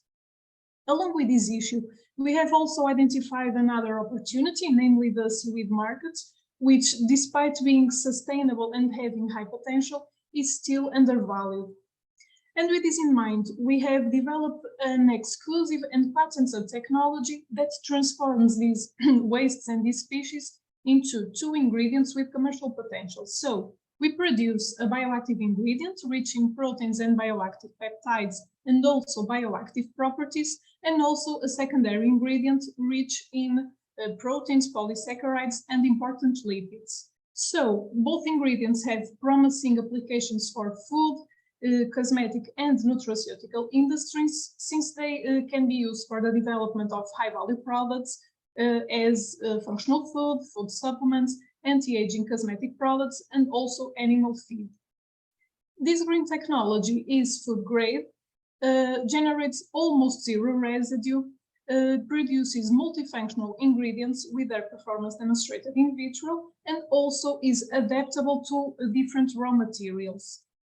Thus, we are working toward the circular economy, aligned with the recent trends for natural and sustainable products, while also having a positive impact on 5 of the Sustainable Development Goals.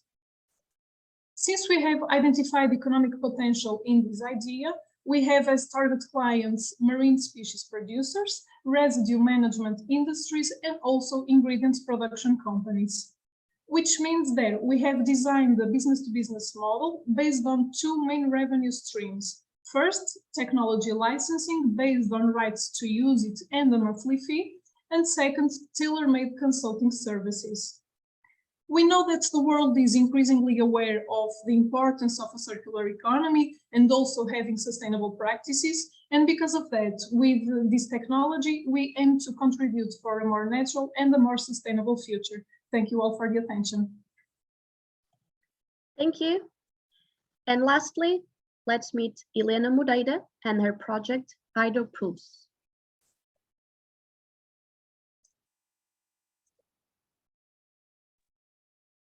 Can you please stop sharing your presentation, please?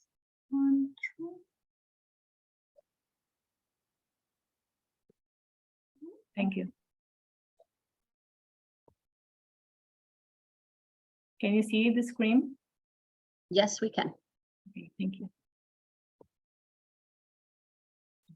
So I'm Sofia. I'm Alessandra. And I'm Helena Moreira, and we are the HydroPlus team. So what is the problem? The agricultural sector is facing several challenges.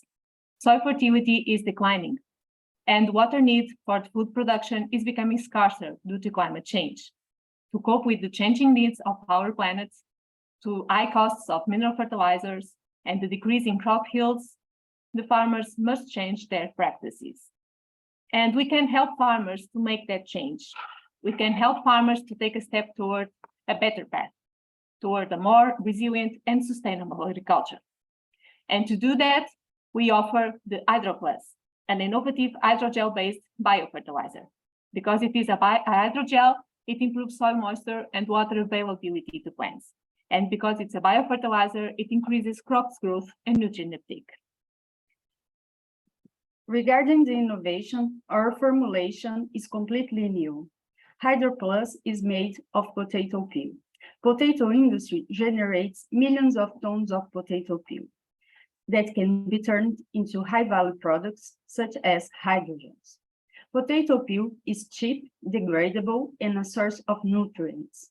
And another advantage is its unique combination of microorganisms. It contains bacteria and fungi and is designed to maximize the benefits provided to crops. Regarding the advantages, HydroPlus help farmers to increase their savings by decreasing water irrigation and mineral fertilizer application, by increasing crop yields and reducing crop losses due to drought. In addition, it's very easy to apply and has high stability and can be customized according to the crop, to the soil, and to the purpose. Furthermore, it meets the EU Common Agriculture Policy and contributes to the Circular Economy Action Plan by using food waste as a resource. Regarding the market, HydroPlus fills a commercial gap in the biofertilizer market, which is expected to rise in the coming years. So think big, think Hydro Plus. Thank you very much. Thank you. So congratulations all for your presentations. I'd like to say also that voting is fearless. So please choose your favorites. And lastly, I want to say that voting is going to be open until 11:15. Thank you so much, everyone.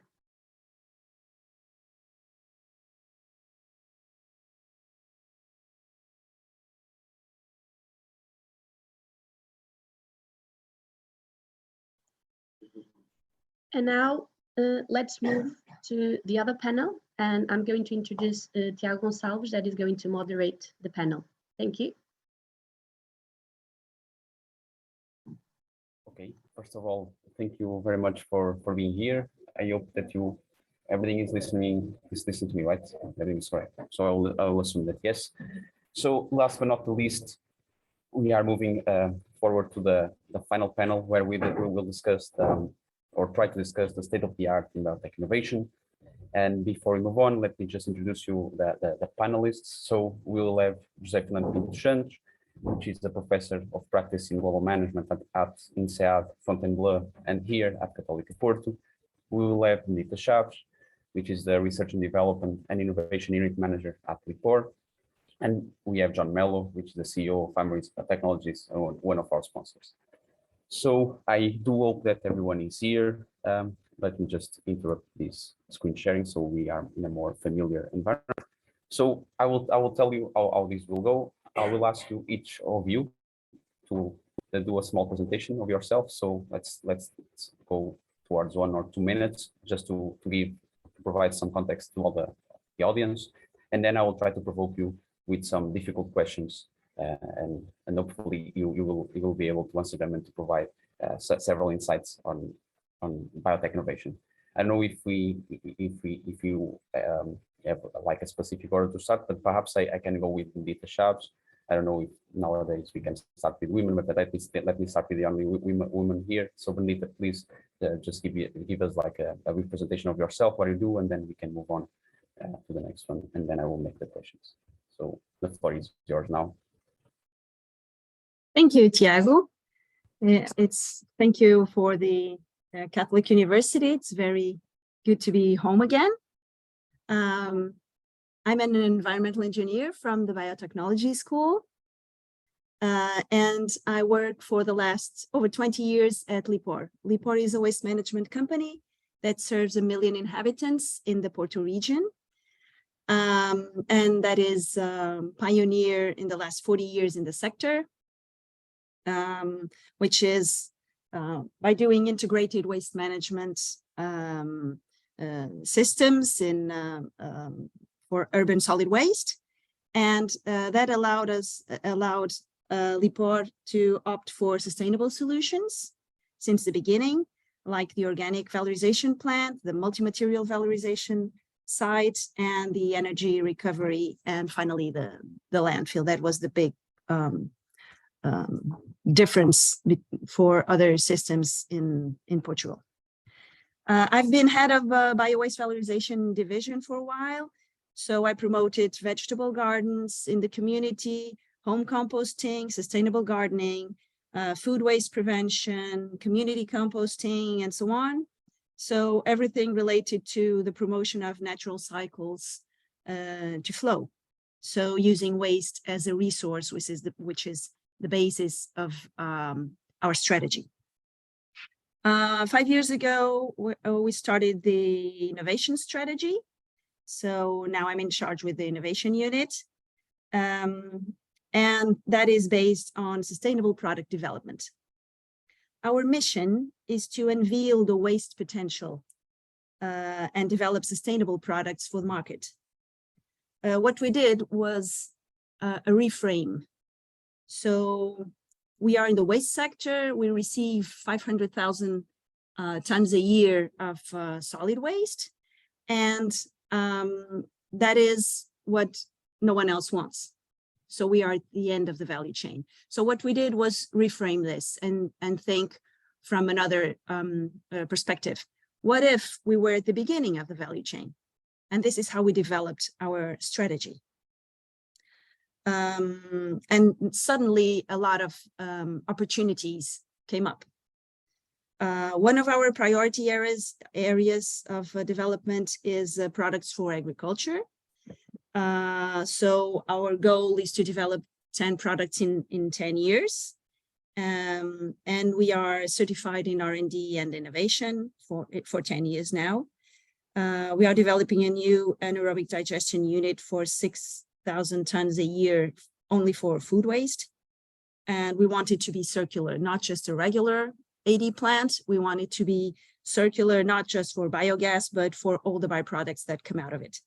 So that has been a big challenge for us. We have over 25 products under development as we speak regarding agriculture, sustainable products for agriculture. And basically we want to go from trash to treasure, in Portuguese, do lixo ao luxo. That's what we are trying to achieve. That's our goal. We are a team of 11, and this has been quite a journey, and it's an endless challenge. Thank you so much. Thank you very much, Benedita, for your presentation. We'll get back to you in a few minutes, but for now I will pass the word to John Mello, since we are now in the industry side, and then we can finish the presentation with Professor Jose. So John, the floor is yours. Please provide us a few insights of your work at Amyris, what you do, what you've done. Great. Well, thank you, Tiago, and thank you, Católica, for hosting. It is a pleasure to be here, and I hope your questions aren't too difficult. It's pretty hard on a Saturday morning to get to difficult questions. And I love the way Benedita just talked about trash to treasure. I tend to like trash to treasure better than the Portuguese translation. So it's I don't know that I want to go from lixo to luxo, but I definitely want to go from trash to treasure. Good morning to everyone. I'm a CEO of Amyris. Amyris is a leader in synthetic biology, which is really the science of engineering organisms to be able to convert carbon from whatever source is cheapest to high value chemistry. And we do that, you know, at big industrial scale. We make a lot of different things. We make natural vanillin from fermentation. We make artemisinic acid, which is an anti-malarial intermediate compound to make artemisinin. We make the world's leading moisturizer, a product called squalane. We make renewable jet fuel. So we make a lot of things, but it's all made the same way. We take yeast, we engineer the yeast, we feed the yeast sugarcane syrup because it's a low-cost source of sustainable carbon, and we convert that carbon into the final product. In the last few years, we've been doing a lot to ensure consumers are getting access to the most sustainable products. So we have a family of consumer brands, everything from Biossance, that's one of the fastest growing skincare brands in the world, to JVN, which is a brand that sells hair products, everything from treatments for hair to shampoos and conditioners. And JVN uses, just like all of our consumer brands, a molecule in that particular case that we invented, a molecule called hemisqualane, because we needed a way to take a C30 and make it more accessible for more consumers. So we made it a C15 that had a lot of the same properties of the C30. Anyway, all that to say, we love chemistry, but more importantly, we like to make it sustainable. I'm going to leave it there and wait for your difficult questions. I think it may be a more interesting conversation with your questions. I have to say, though, in listening to the finalists, I am so inspired by the projects. I have no idea, and I am so happy I'm not actually a judge, because it is so difficult to select from the amazing projects that were presented. And the scientists and the entrepreneurs who presented the projects leave me with hope. Hope that we actually can have a more sustainable planet and address some of the biggest problems like Alzheimer's and other issues that we face by taking the brightest minds in Portugal and the greatest technology and actually giving it the right funding so it has a chance, it has a shot. So I'm glad to be with you, and I cannot wait to the questions, and I cannot wait to José Pinto and his comments. Thank you very much, John. You talked about hope. I also hope that in the end of this panel, the audience will have hope, or will still have hope in biotech. So before going to the difficult questions, let me pass the floor to José Pinto Santos to give us some context of his work. He's very well known in this house, in this school. So please, Professor José, the floor is yours. Present yourself and give us some insights, and then I will go back to the question. Thank you, Tiago. It's well, it's lovely to be here, to be with you, to be kind of back to ESP, and probably having some of my former students many years ago present. It's, of course, a pleasure for me, and I thank you and the organization of the conference for inviting me. That was very nice of you, and I'm delighted to be present and to share this panel with Benedita and John. By the way, I'm usually known as either José in Portugal or Joe abroad, and so you can call me Joe if you wish. It's probably more English-like. It's my international brand. So why on earth am I here? It could be a good question. I'm not an expert in biotech. My earlier training was in chemical engineering. I was a very young assistant teacher in the University of Porto. I was born in Porto. I was raised in Porto. I studied in the University of Porto until starting a very young academic career then. And I'm so old, which probably may be the advantage here. I'm so old that I was already teaching in the University of Porto before the first company that is usually known as the pioneer of biotech business started. So Genentech started in '76, and by '76, I was not only just already an assistant teacher, I was been teaching and doing research for several years. So that's how old I am. I'm actually older than the industry of biotech. Is that an advantage? Yes, I do think it is an advantage. And probably besides the fact that I was involved directly in the creation of the school and teaching in the school for a few years, I believe that my generation, I for sure, because I did follow the industry and the developments of biotech since then until now, I think it's important to have a long-term view of what has happened with the so-called biotech industry or biotech business. And I think that that may be one of the qualifiers of my presence here. We are fortunate, I think, my generation, your generation, we are fortunate to be at the crossroads of a series of macro inventions.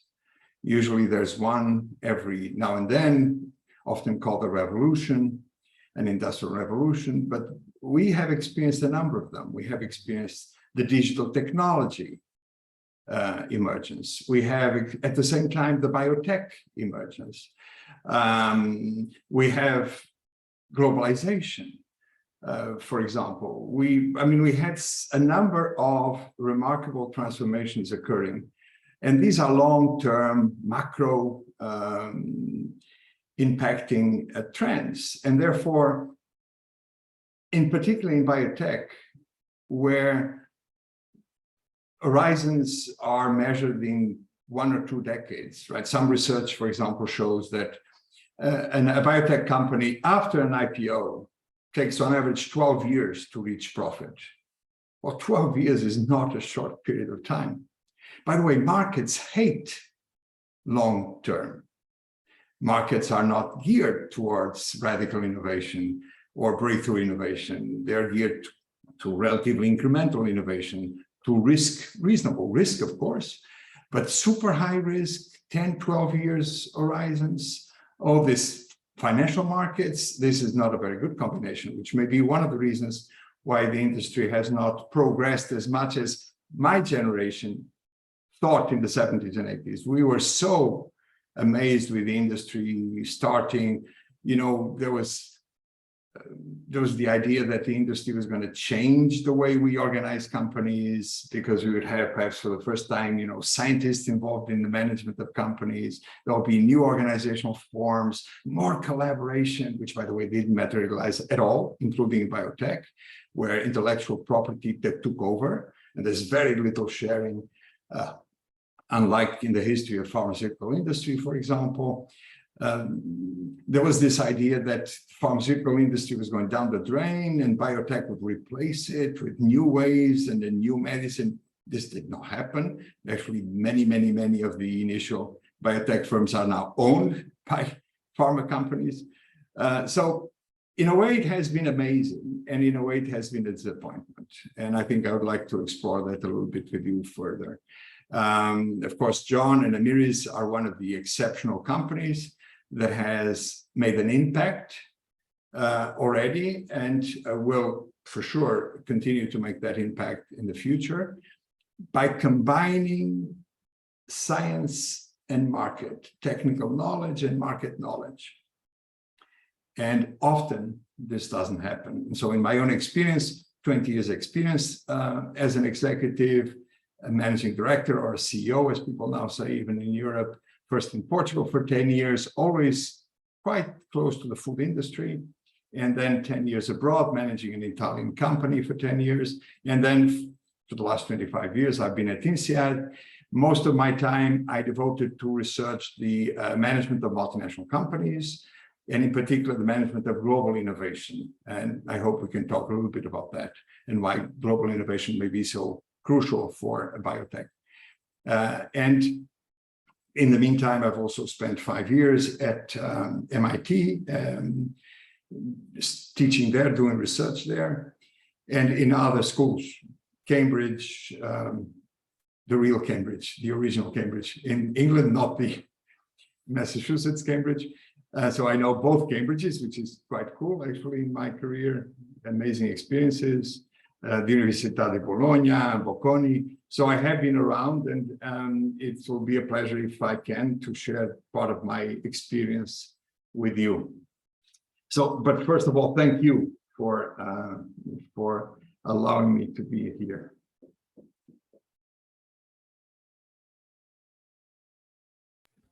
Thank you very much, Jose, and all of you actually for sharing your context, your initial experience with the audience. I believe we have an amazing panel to finish our event.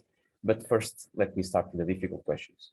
So the first question, I will say it's more focused for everyone. So I have some questions individually for each of you. Not be afraid; they are difficult, but I guess they are cool. But the next one is, or the first one is for all of you. So these last 3 years, we have been experiencing a pandemic.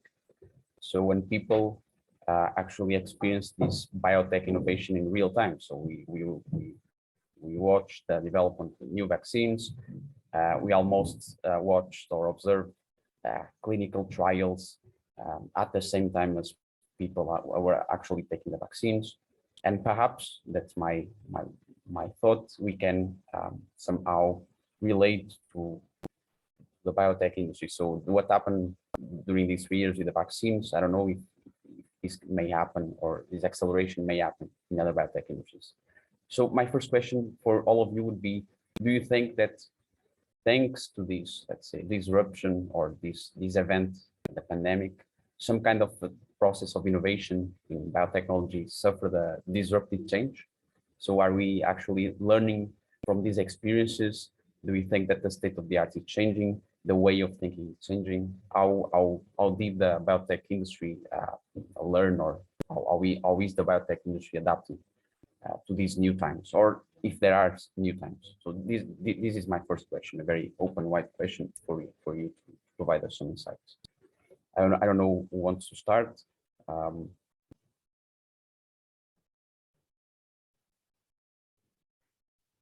I'm happy to Perhaps start. Okay, thank you, John. No problem. Thanks, Tiago. And Joe, thank you for your opening comments. It's a great reminder of the reality that exists today, because it's so easy to forget when you're working on technology every day. I think your question on, so what's different coming out of, or is there a difference coming out of the pandemic for biotechnology? Look, I think the biggest difference is the consumer's realization of the importance of science and a belief in science and biotechnology as a critical part of solving big problems. I think that's probably the most significant change. I think the other is governments, and specifically the focus on funding and ensuring that biotechnology, biomanufacturing, science as a whole is actually considered a national security issue for a lot of governments and countries. And I think those two changes, the mindset of the consumer and the interest and commitment of government, I think can be quite good for the future of science if we respect it, if we use it in the right way. And I'll end my comments with one simple example, okay? If you look at today, the newest therapies that are going into clinical trials, okay? And you look across the world, and about 50% of new therapies that are going into phase 1 clinicals are actually vaccine-based therapies. And it's fascinating to me because before the pandemic, you couldn't imagine that.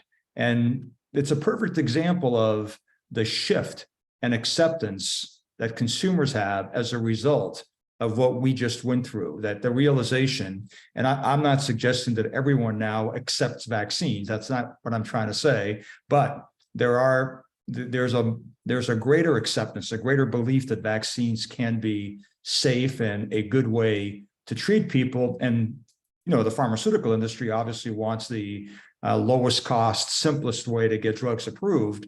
And vaccines seem to be a critical part of that portfolio. So I hope that helps in one specific example, and then two broader themes around government and consumer mindsets and what that can mean for science. All right, thank you very much, John. I don't know if Jose or Nita want to pick up. Otherwise, I can pick the next speaker. I already have some follow-up questions. So, all right, Nita, please share with you. Maybe I would like to share my small perspective of it, which is in the 90s when I went to university, biotechnology was like, where are you studying biotechnology? What the hell is that? People thought like this was like rocket science, just unknown for most, and a complicated thing just for scientists to do. And today, we talk about bioeconomy, ecosystem services. The European Bank of Investment Board is discussing the bees' life cycle and the way that impacts humankind. So there's a big shift. There's a very big shift. I think biotechnology is definitely here to stay, and people are no longer afraid of it. I must say that I started home composting at Lipor 20 years ago or more. And back then I had to spell composting. No one knew what it was. And I had to explain, no, it's not going to explode. It's safe, it's something natural, and we need to explain everything. And now everybody knows about it, and people ask about it and are comfortable with it. So there's a path that we need to to go through, and I agree that, well, it's a way. We have to do it every day, a little bit every day, and more and more people will be comfortable with biotechnology and with science in general, I believe. Thank you very much, Mudita. And last but not least, now, John already talked about some changes that are happening at the science level. Mudita also talks about the path that we have to follow. Jose, you mentioned market and consumer actually in your presentation. What's the impact of these, let's call it this phenomena on the consumer and the market? How is the market feeling from your, let's say, management perspective? How do you say that the market is responding to this phenomenon? Well, John and Benedito already had great inputs into the impact of the pandemic, and I would completely agree with what was said. There is a different perspective, a different understanding of what biotech may be than perhaps before. And the pandemic is particularly interesting from this point of view because it is a period, in a way, a shocking period that brought to most of us a direct individual experience of something which is very, very hard to understand otherwise. Radical uncertainty that we all felt, every individual mostly felt, which is totally an ability to describe what today would be, not knowing if we would be alive or dead the next day, or even if we even knew why that would be happening. So that we lived that. That is actually very rare. And that has a tremendous impact on our experience and our understanding of what true uncertainty is as opposed to risk. And uncertainty is highly involved in biotech, much more than in other businesses. Why? Because it is an emerging technology. Again, you see, historians have basically determined through the analysis of past revolutions that an industrial revolution or a technological revolution takes about 50 years to come to fruition, to quote unquote, from research to impacting society. Let's, for example, recall, just for comparison, the internet came out in the early 60s. We in the world really felt the impact of the internet 50 years later with mobile internet, with smartphones, with everybody using internet without even thinking nowadays. So it took 50 years, not 5, not 10, 50, by the way, which is more or less the same time that the steam engine or the railways took to have the same impact on society, about 50 years.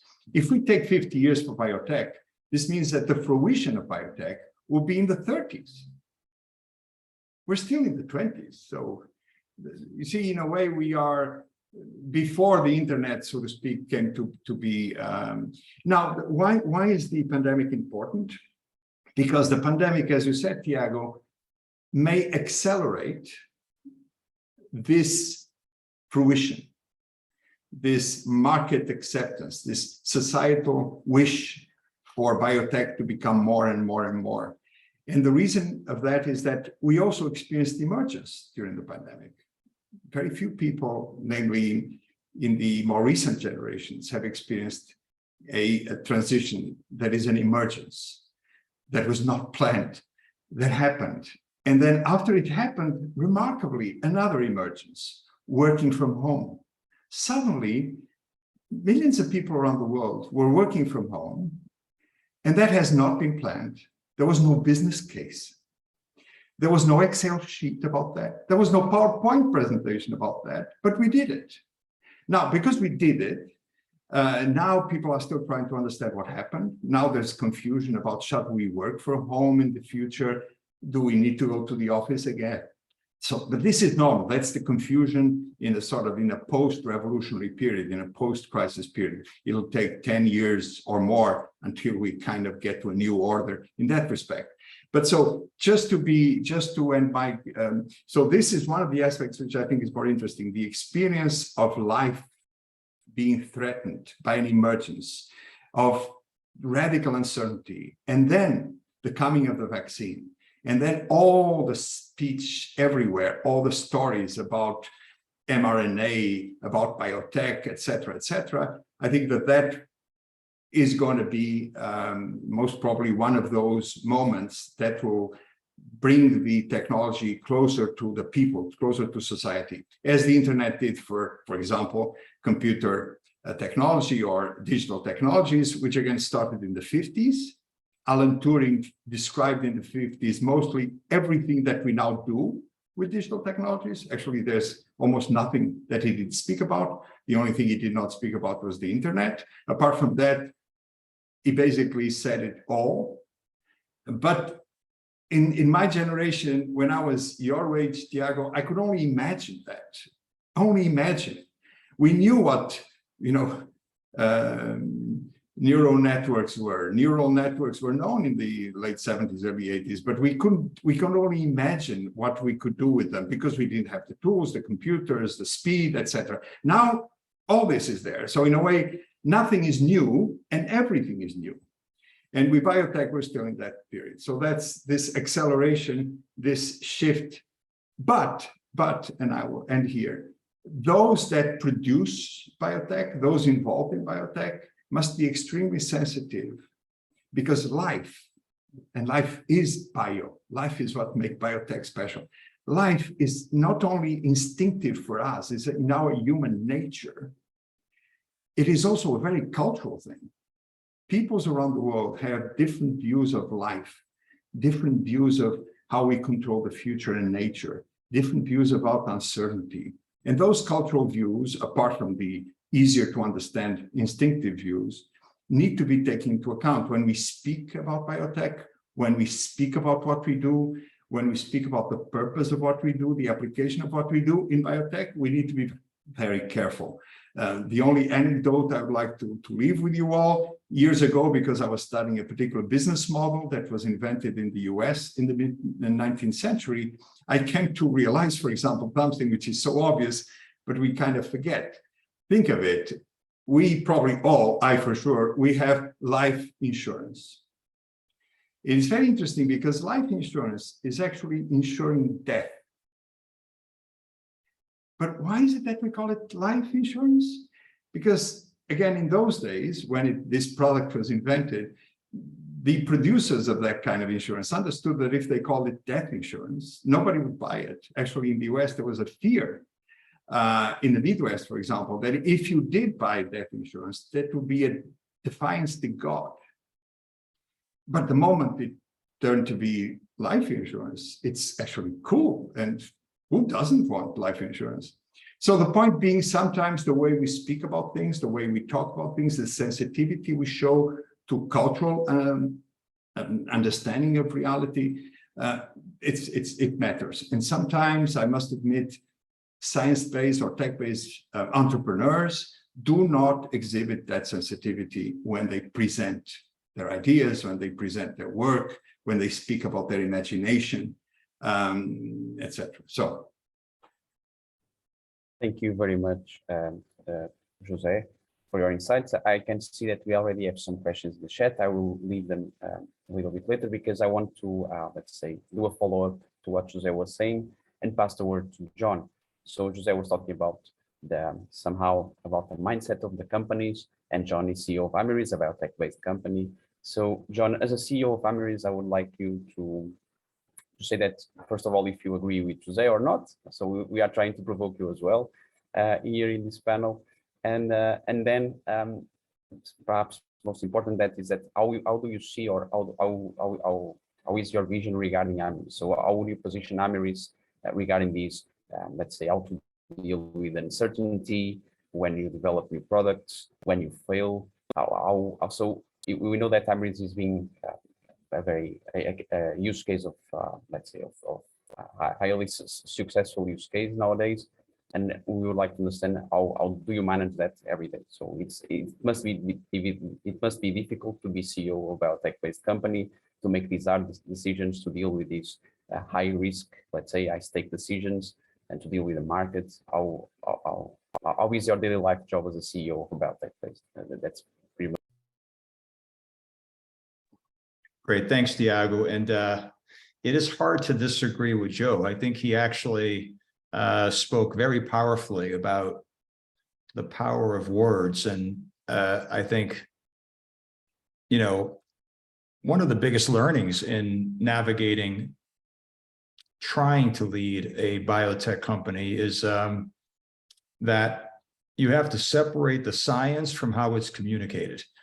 Because if you don't translate for investors, for the world, even for your own people, it is hard for them to visualize, to kind of realize what it is, right? Because, I mean, think about it. You're genetically coding an organism, right? So as simple as that sounds, it's hard to understand that. And even worse, if you communicate that, people are going to freak out that you're going to start or engineering life, right? For, you know, whatever purpose you choose. And that's a pretty scary concept for the cultural aspect that Joe spoke about, right? So I think, turning to your question, I've been doing this for 16 years, and I can tell you we've had ups and we've had downs, and we've had a lot of learning and a lot of failure along the way. Just the last week has been a great example of that, right? We're a public company, and I think Joe said it well. It takes, you know, 12 years or so, whatever, on average, roughly, to go from becoming a public biotech company to a profitable biotech company.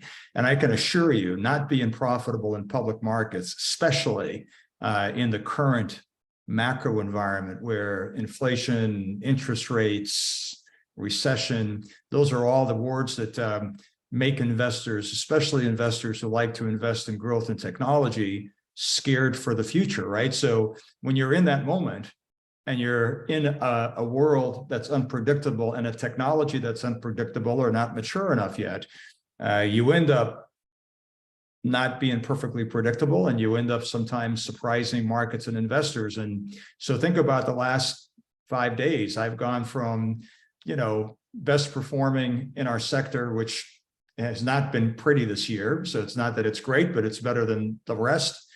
All of a sudden, to dropping my share price 40% in one day, to then being up 22% the second day and up 21% the third day, right? So imagine that kind of volatility, and think about the human aspect of that, right? Because as a human being, you want to do good.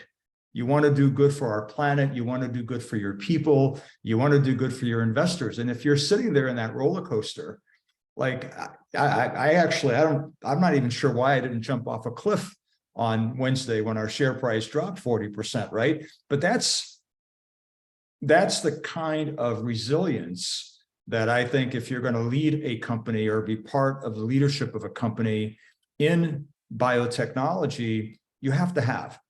You have to absolutely have the resilience, and you have to have the vision to be clear about where you're going, and you have to have the courage to stay the course, because I guarantee you there are plenty of people who know much more about the science in the market that you'll ever know. And they're all on the outside, but somehow they know a lot more about what you're doing, and they've got tons of opinions. And so if you don't have the courage, if you don't have the resilience, and if you just don't have a team with you that can actually execute on a vision, you're dead. I mean, the level of death rate, and I hate to use the word death back to Joe's comment, or said differently, the probability of survival as a company in biotech is not that great. So you have to enter it accepting the fact that the highest likelihood is that you're going to fail.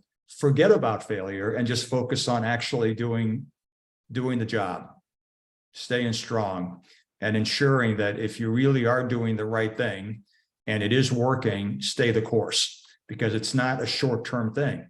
I always tell the story when I left BP and joined Amyris as part of the founding team. I really was convinced, hey, this is going to be like great. I'm going to do this for 3 years. We're going to take it public. I'm going to cash out. I'm going to go on to my next thing. Maybe I'll just retire and spend my days in Portugal, and life's going to be so good.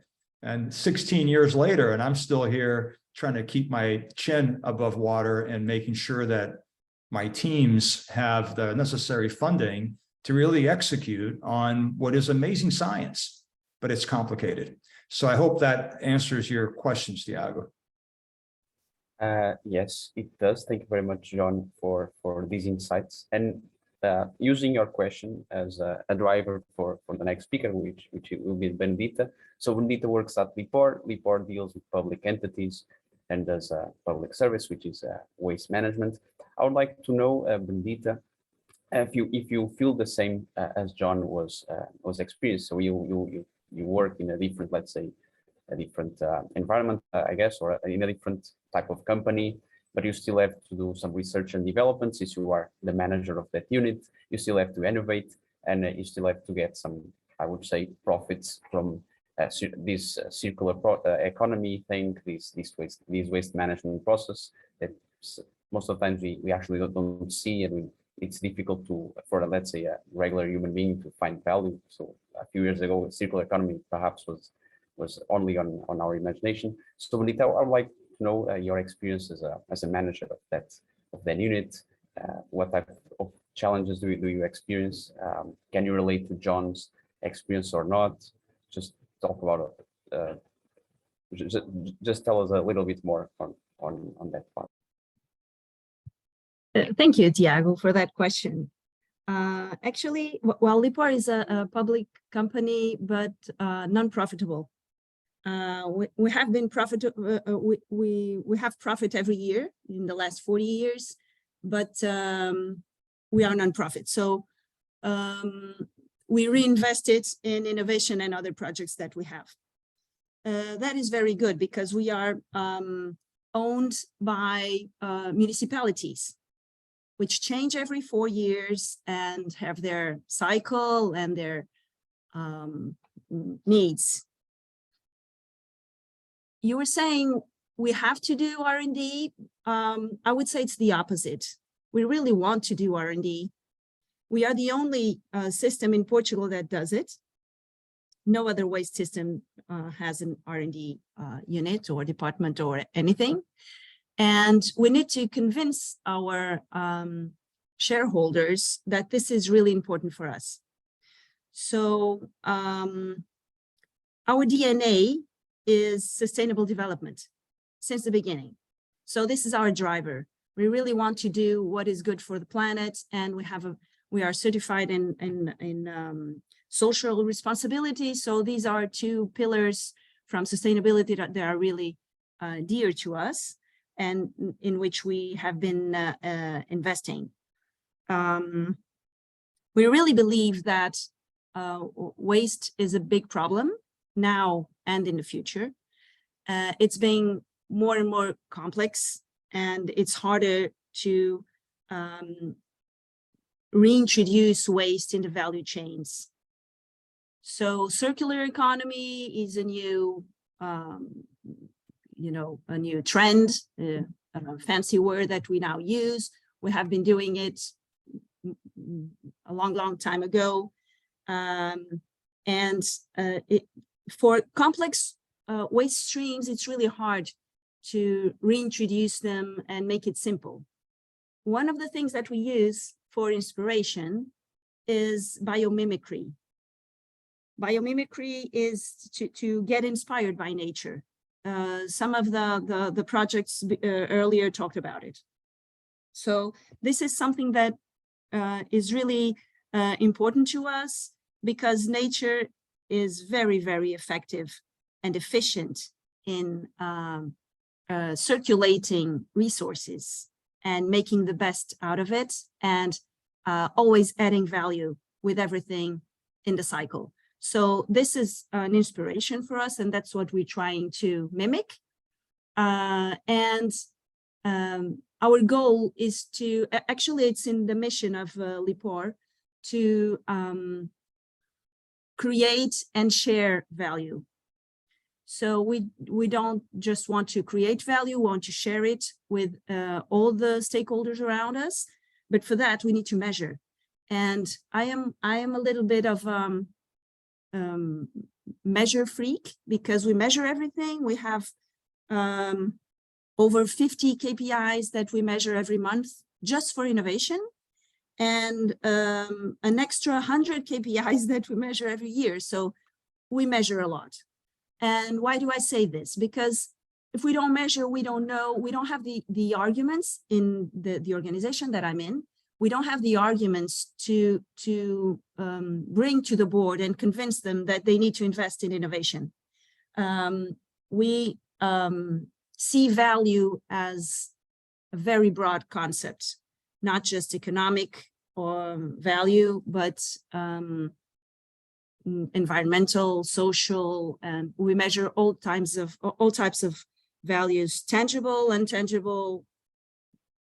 And if we didn't do that, we would have a really hard time to convince them that this is profitable, not just economically profitable, but as a component for sustainable development profit.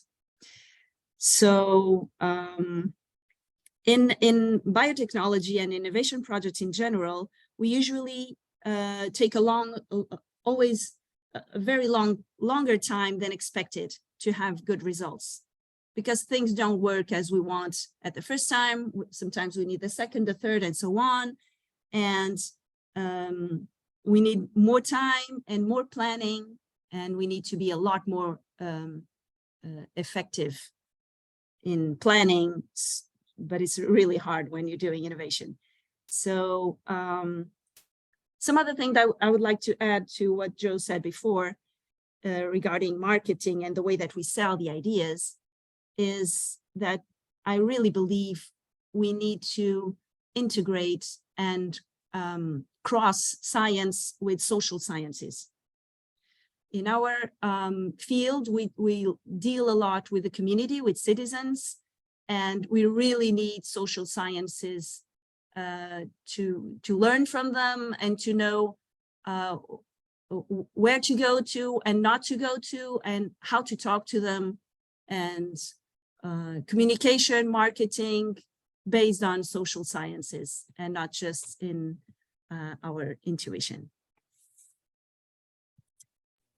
Thank you very much to all of you. So before moving on to my next question, I will pick up Yvonne's question. Okay, so I will leave Sergio's question for last, so because I believe that it's a very cool question to end this panel. But now I'll move on to Yvonne, since we are talking about profits and how to be sustainable in the market as well. So Yvonne said that biotech companies usually invest in R&D. However, most of them, they do it in an internal way. So what can you think that can be done to change this mindset? Or there is this mindset in most of companies. So do you believe that most companies only invest internally, or are we starting to watch more external investment from these biotech-based companies? Perhaps, Jose, you can start this one with your insight. Sure. Well, thank you for the question. I would tend to agree. That's true in biotech as in other science-driven or tech-driven businesses. And the mindset change that I would propose is key, and that we have observed through our own research over the last 25 years, is mostly important if breakthrough innovation is concerned. So it's very important that we distinguish breakthrough innovation from, let's call it, incremental innovation. And the two are managed in such different ways that we need to make this distinction. And the second one is that we need to abandon the sequential model where we do research and then we produce and then we test in the market and then we get feedback from the market and then we research again or develop and then we need to abandon this idea and understand that any innovation is a new combination of existing knowledge. So I propose this knowledge-based view of innovation, which we started to develop about 20 years ago. And therefore, when you think of an innovation in business, you have to take into account technical knowledge elements, which in biotech mean things like microbiology or, for example, nutrition or medicine or health, or biochemistry or computer science, doesn't matter. So there's technical knowledge elements that have to be combined, but also market knowledge that needs to be combined. I'm using the expression market knowledge in a very broad sense. And market knowledge is as crucial as technical knowledge. And so instead of thinking in the sequential model, we can think of an interactive model. It is in the interaction between those that develop and those that use that breakthroughs come up, mostly through serendipity. Incremental is a different thing. Incremental innovation, you can plan for it, you can manage risk, speak about risk, etc., etc. But breakthrough innovation, which is really what we're desperately needing to tackle problems like health, like sustainability, like climate, etc., we need some breakthrough innovations. And for those breakthrough innovations, we really need to start, first of all, picturing that a breakthrough innovation is a new architecture of existing knowledge, not new pieces of knowledge. So, and the architecture, because it is breakthrough, cannot be anticipated, cannot be predicted. It usually emerges in the interaction between those that possess the technical knowledge and those that have user knowledge, the consumer knowledge. And the interaction between the two is what creates over time, and it takes time, right? It takes time. So, and John spoke about that, and surely Benedita will speak about that 10 or 15 years from now when she will come up to say what we have succeeded over the last 10, 15 years. It's not 2, 3 years unless we're talking about incremental innovation. So that's one mindset change. The other mindset change quickly is that given the huge variety of disciplines and other contexts of knowledge that are combined in biotech. I mean, for example, it would be interesting one day to have John explain to us, like with a map, how many different sources, bases, disciplines, types of knowledge are combined or have been combined over time to get where Amiris is today, for example, in one of its products. And I would bet that in many cases, we're talking 20, 30, 40, 50 different fields of knowledge combined. And I repeat, not just from a science or technology point of view, also from the market and user point of view, because we have knowledge when we use things. We have knowledge when we value things. And this is the knowledge that is often forgotten by scientists and technologists. It's often more important then. And if we are trying to get to breakthrough innovation, we need to be able to cope with emergence. Most companies that have made amazing breakthrough innovations that have changed the world or our lives did not plan for them. I mean, I could speak to you about, say, IKEA or IKEA and how they have changed the furniture industry and the way many people live around the world. And their business model, which people think was developed in a week, took 20 years to develop. It's just a business model of designing, making furniture and selling furniture. How could it take 20 years? Well, it took 20 years, but it changed the world of furniture. Apple, people think of Apple. I mean, Apple started in the 80s, not yesterday. It took years until Apple actually made any impact. And the true impact of Apple came with the iPhone, really, if you want to. I mean, Apple will be in history books because of the iPhone.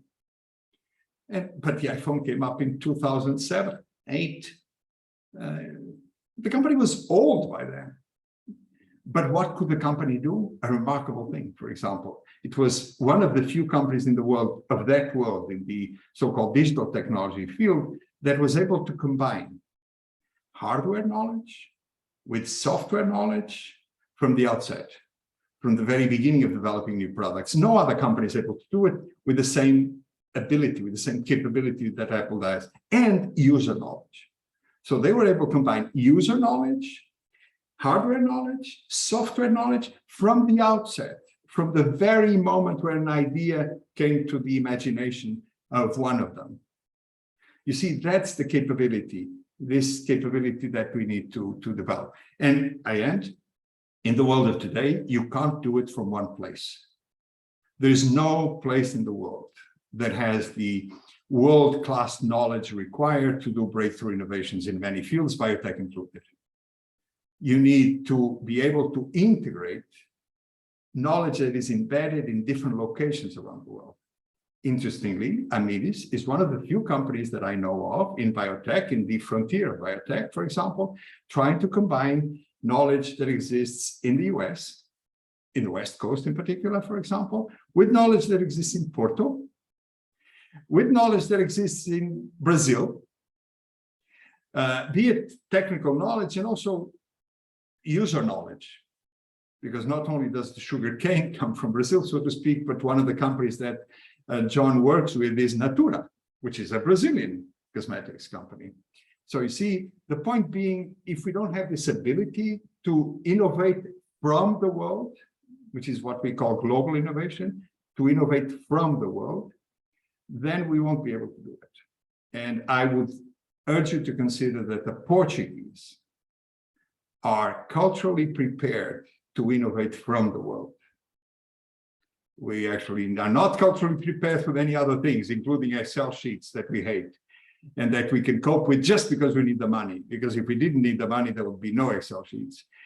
But, you know, engaging with other people in difficult things and being kind of accepting the others and convincing them and being convinced by, oh, we're good at this.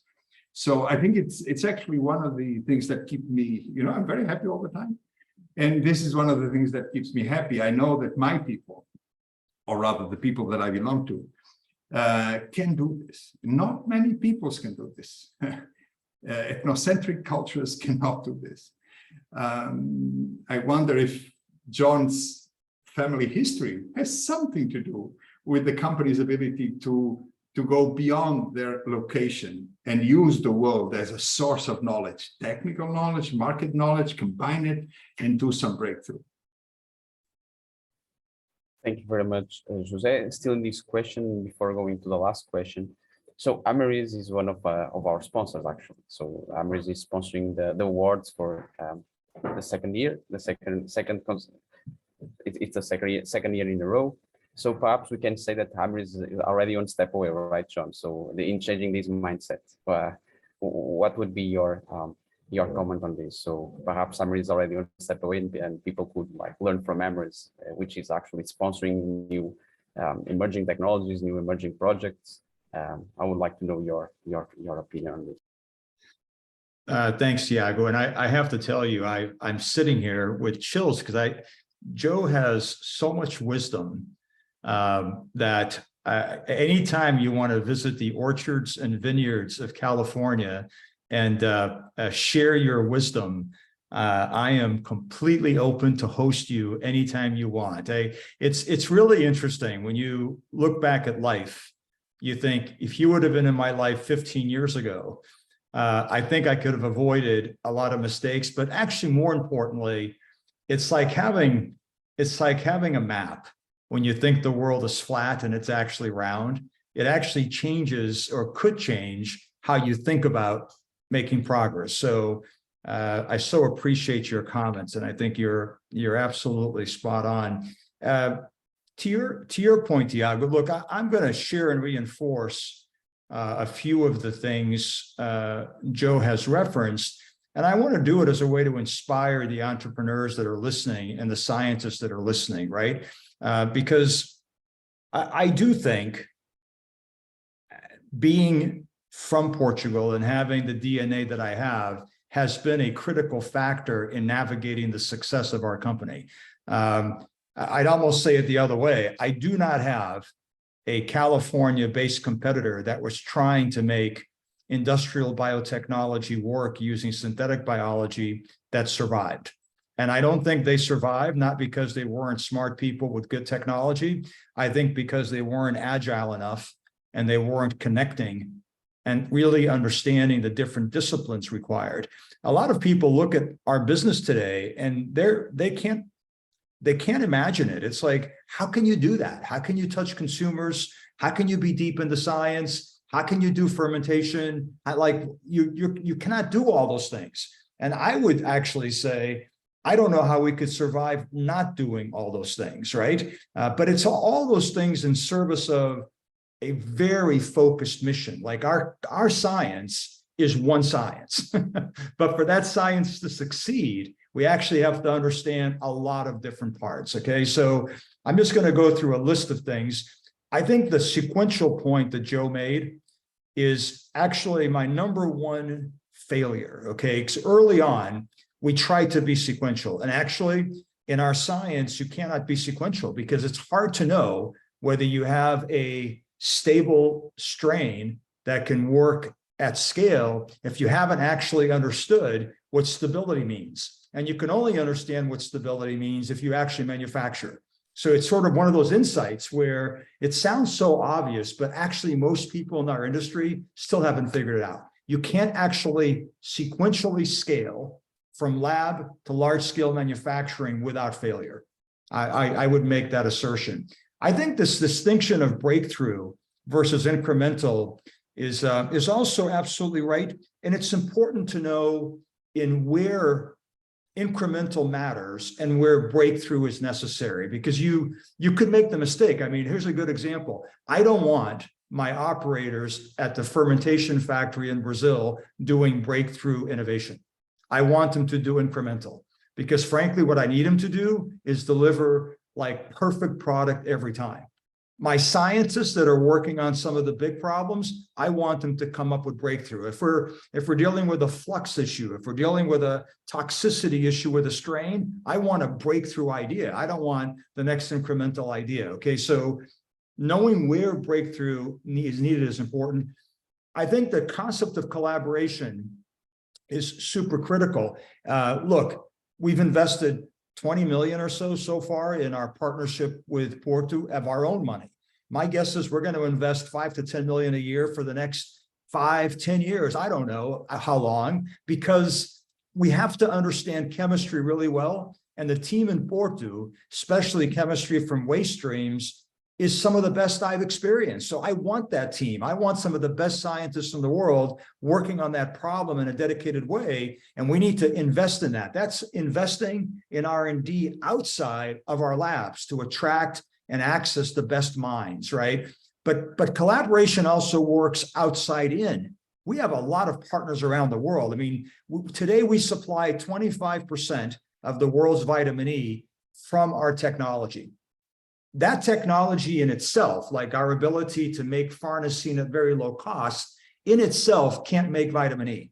But the fact that a Chinese entrepreneur discovered a way to get farnesene to make isophytol enabled our technology to be able to be a big player in vitamin E. So that's a perfect example of collaboration. And think about that. It took a chemist and an entrepreneur in China, in Wuhan to be specific, to connect with us that had a fermentation factory in Brazil and our labs in California to make that value chain work in a breakthrough way that now is 25% of vitamin E, right? So, and I can give you many other examples like that. It is all about collaboration, which means connecting with everybody all the time to actually solve and deliver breakthrough. I think this market knowledge and the interactive aspect of it is also absolutely right. Look, not one of our technologies would be scaled today if we didn't figure out the market side of it. And the market side of it sometimes is a very small insight on what is it about the technology that needs to work a certain way to really break through to the market. Is it about price? Is it about volatility? Is it about purity? What is it that you're trying to solve? And then how do you deliver on that? So I hope that helps in connecting dots from what Joe said. And again, the bottom line is the fact that in my DNA, I am just a deep explorer. I'm curious, and I'll take on any problem because I love to explore and learn. I think is the core of actually navigating uncertainty and delivering breakthrough.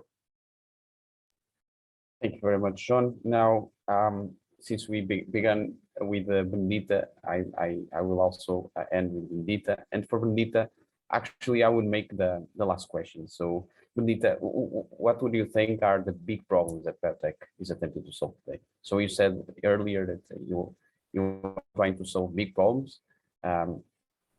So I will leave this last question for you to give us insight. and to answer Sergio. Otherwise, Sergio would reach to me and complain about. So please, to end this panel, this insightful question: what are the big problems today? Okay, so I have a very biased opinion because I live in the waste world for the last 20 years. But I would say, of course, the biggest problem of the planet is population that is growing and growing, and we need to make sure that there are enough resources for everybody to live in a decent way. So food and water, access to food and water, drinkable water, are probably the biggest ones.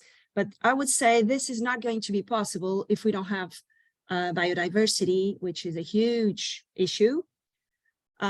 So basically, I don't want to sound very too much helicopter view, but basically it's the sustainable development goals. There are 17, and we need to tackle them all and for everyone in the planet. So the bigger issues, I would say, are these. But from my perspective, because I deal with waste every day, and I see how the complexity is growing and growing, we can think of electronic devices that people throw away every year, or they don't. They just put them in a drawer at their homes. They have metals that are not available everywhere, and they are going to need to be available for AI to work and so on. So, and for batteries and electric cars and so on. So to look at waste as a resource is going to be a very huge problem now and in the future, because it's going more and more complex, and we are having clothes that have wearables and have sensors everywhere. We're going to have sensors everywhere.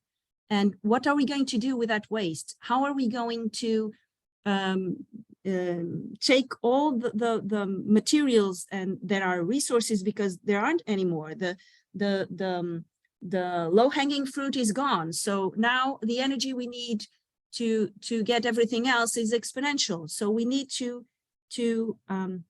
really look at everything that we buy and that we use as a resource. And we are very far from that. People don't just throw everything away. Waste is a non-problem in a civilized world, because people put the waste in the streets and the next day it's gone. So it's not a problem. It's not visible, but it's definitely there. And the complexity is going to be a problem. And in my opinion, the lack of materials and the way that the availability of and the chemistry or biochemistry that we will need to go and pick all the resources that we have as materials and instead of using raw materials are really going to be a big problem that needs to be tackled. Thank you very much, Mudita, and thank you very much to the three of you. I guess it was an splendid conversation. We were discussing here in the room. Perhaps we would have to watch it later to understand better all the ideas and experience that you thought today. And now, once again, thank you very much. And we will now move on to the AmRes Innovation Awards. I would kindly ask John to remain with us and to be with us in this session, and all the audience to obviously to remind us to know the winners of the awards. So Ugo, the floor is yours, and thank you very much once again. Well, thank you everyone, and also thank to the panel members of this really interesting conversation. So I would ask John to join me right now to highlight one of the highlights of today, which is the award ceremony. So this was a really competitive process, I can tell you that. It was really neck and neck until the end, and I can say that the audience today made a huge difference in our contest winners. But before that, I would invite John and also on behalf of my team and also the alumni. For us, it's really important to have such a partner in Ameris in supporting this really innovative project and contest in not only the Portuguese ecosystem, because we have since last year's edition and in this year already international applicants, even though our winners will be, well, Portuguese, but we are increasing our footsteps in terms of the range of the award. But I would give John the floor so that he could also explain why he's supporting us and the vision behind the award. Great, Hugo. Thank you so much. Look, I think for me, it's about giving back, number one, but number two, it's about really providing a little bit of support, a little bit of encouragement for people who have just brilliant ideas that need more access, need more reach, need a platform to be able to take those ideas and make them real. So, and it's the thing I enjoy doing the most. I wish I could do more. I wish I could spend more time. And as you know, I really enjoy actually the mentoring aspect and what I've done on the follow-ups of having some more intimate time with the winners, helping them really scale and problem solve the evolution of their idea, of their technology and the impact they're trying to have. So again, I would just summarize. The reason I do it is really simple. Amazing people, as we heard today, just hearing the finalists, amazing ideas that are critical, that actually can make a real difference. And sometimes just a little bit of investment, a little bit of encouragement actually is all somebody needs to go that next step and really break through. So that's why I do it, for the hope of breakthrough and for the passion for science and for the Portuguese community being able to have greater impact. Fantastic. So let's get to the highlights of today. So some drum stack. I'm missing the word. Some drum sounds. So we'll announce first the Rising Innovation Award, and the winner, John, please, with me, is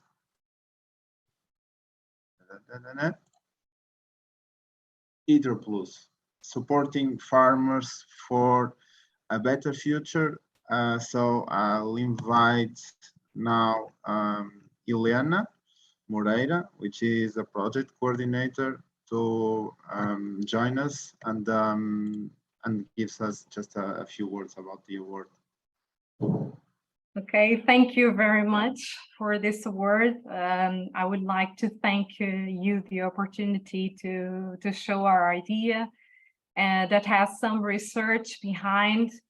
And I would like so much to express our gratitude to our evaluators and to who voted for us.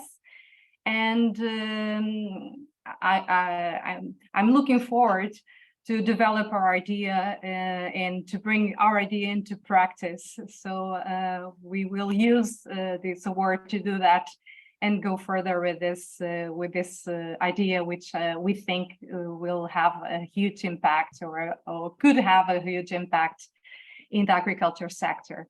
Thank you very much again. Thank you. Very well, thank you, Elena, and once again, congratulations. Thank you. And now, let me reshare my screen.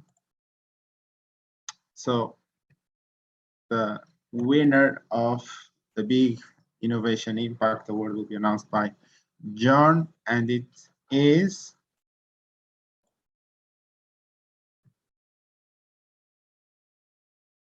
BrainSense.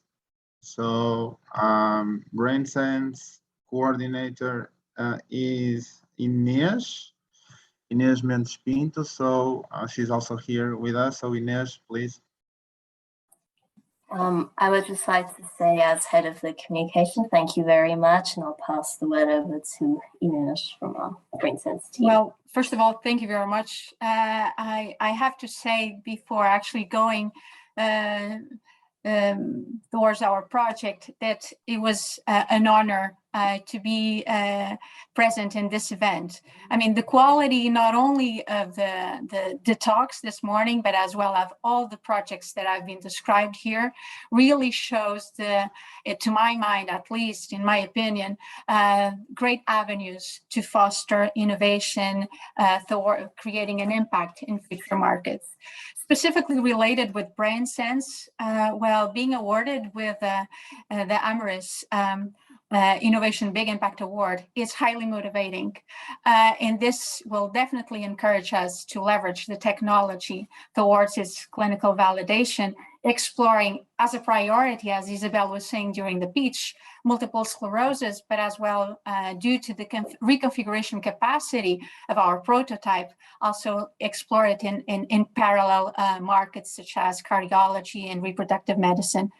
Really, thank you very much. It's we are overwhelmed and very happy on behalf of the BrainSense team. Thank you very much. Thank you. Thank you, Inês. So, congratulations to the two winners, and also to the remaining finalists, because at the end of the day, you are all really on developing deep tech ideas that need support, that need mentoring. And well, as you know, John will be available in the near future to also meet you in person and have a little chat on how they can support and how you can grow. So congratulations once again. So right now, for the closing session, I will invite our scientific chair, which is Professor Analita Oliveira, to join me for the final remarks.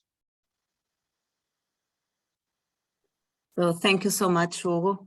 And thank you all. This was an amazing morning. I think it's completely agreed that we have been able to tackle really very, very important aspects regarding biotechnology and how this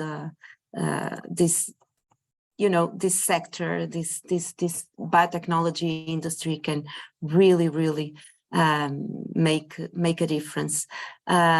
So it's up to me to wrap up this amazing session, and I think it was really very productive with the speakers that were really generously shared their opinions and challenges and opportunities in biotechnology and today's reality. I think it was really important to understand that we can take these messages and create better value.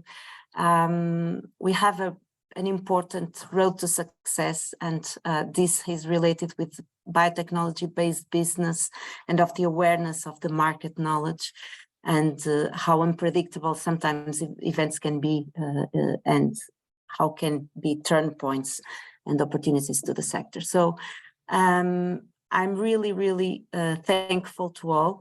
Thanks to the speakers, to all the audience that engaged with us today and made this event even greater. And I thank also the Faculty of Biotechnology and all the alumni that organized this. This could only be possible this couldn't be possible without the support of the College of Biotechnology. We have been supported with all the space, time, human, financial resources for the realization of this event. And so I thank Professor Paula Castro and Professor Isabel Braga da Cruz, also all the team for communication that is on the other side and we don't see them, all the amazing organizing committee that is here with me sharing this moment, and they have given a lot of hours from their own time and put together this great event. So it's really amazing how teams make the difference. And with this, I really agree with all of what our speakers have commented on the importance of teams. And with this amazing team, we couldn't be able to do better. So my thanks a lot. And I think Hugo has something to add regarding numbers. And so I pass on the message to him. Thank you and have a great day today. Thank you, Professor Anna. So I'd like to acknowledge all of you that in Saturday morning, we were roughly 100 people the whole morning. So this is extremely important for us, and it shows the growth and the quality of the panel and the quality of what we are trying to do to foster synergies, to foster innovation, and to accelerate bio-innovation. So my final word is to the fantastic team that works with me. So these are all the think big team that is here. Okay, I'm gonna ask them, this is obligatory for them to open their video cameras so that they you can meet all of them. So they are all here as a team. So this can only happen thanks to you, all of you. So congratulations on your commitment. And for the remaining people, what I can say is that we are not stopping. So it's time to announce that we will continue. The FIB conference will continue next year. You can save the date, the 11th of November 2023, with certain improvements, but with remarkable people that gives us really insights and information so that we can keep and improve as professionals, as students, and that we can take on our lives. So I'd like to thank you all for being with us today, and I look forward to see you next time. Okay, thank you everyone, and see you soon. Thank you very much. Thank you. Bye-bye. Thank you very much. Thank you. Bye-bye.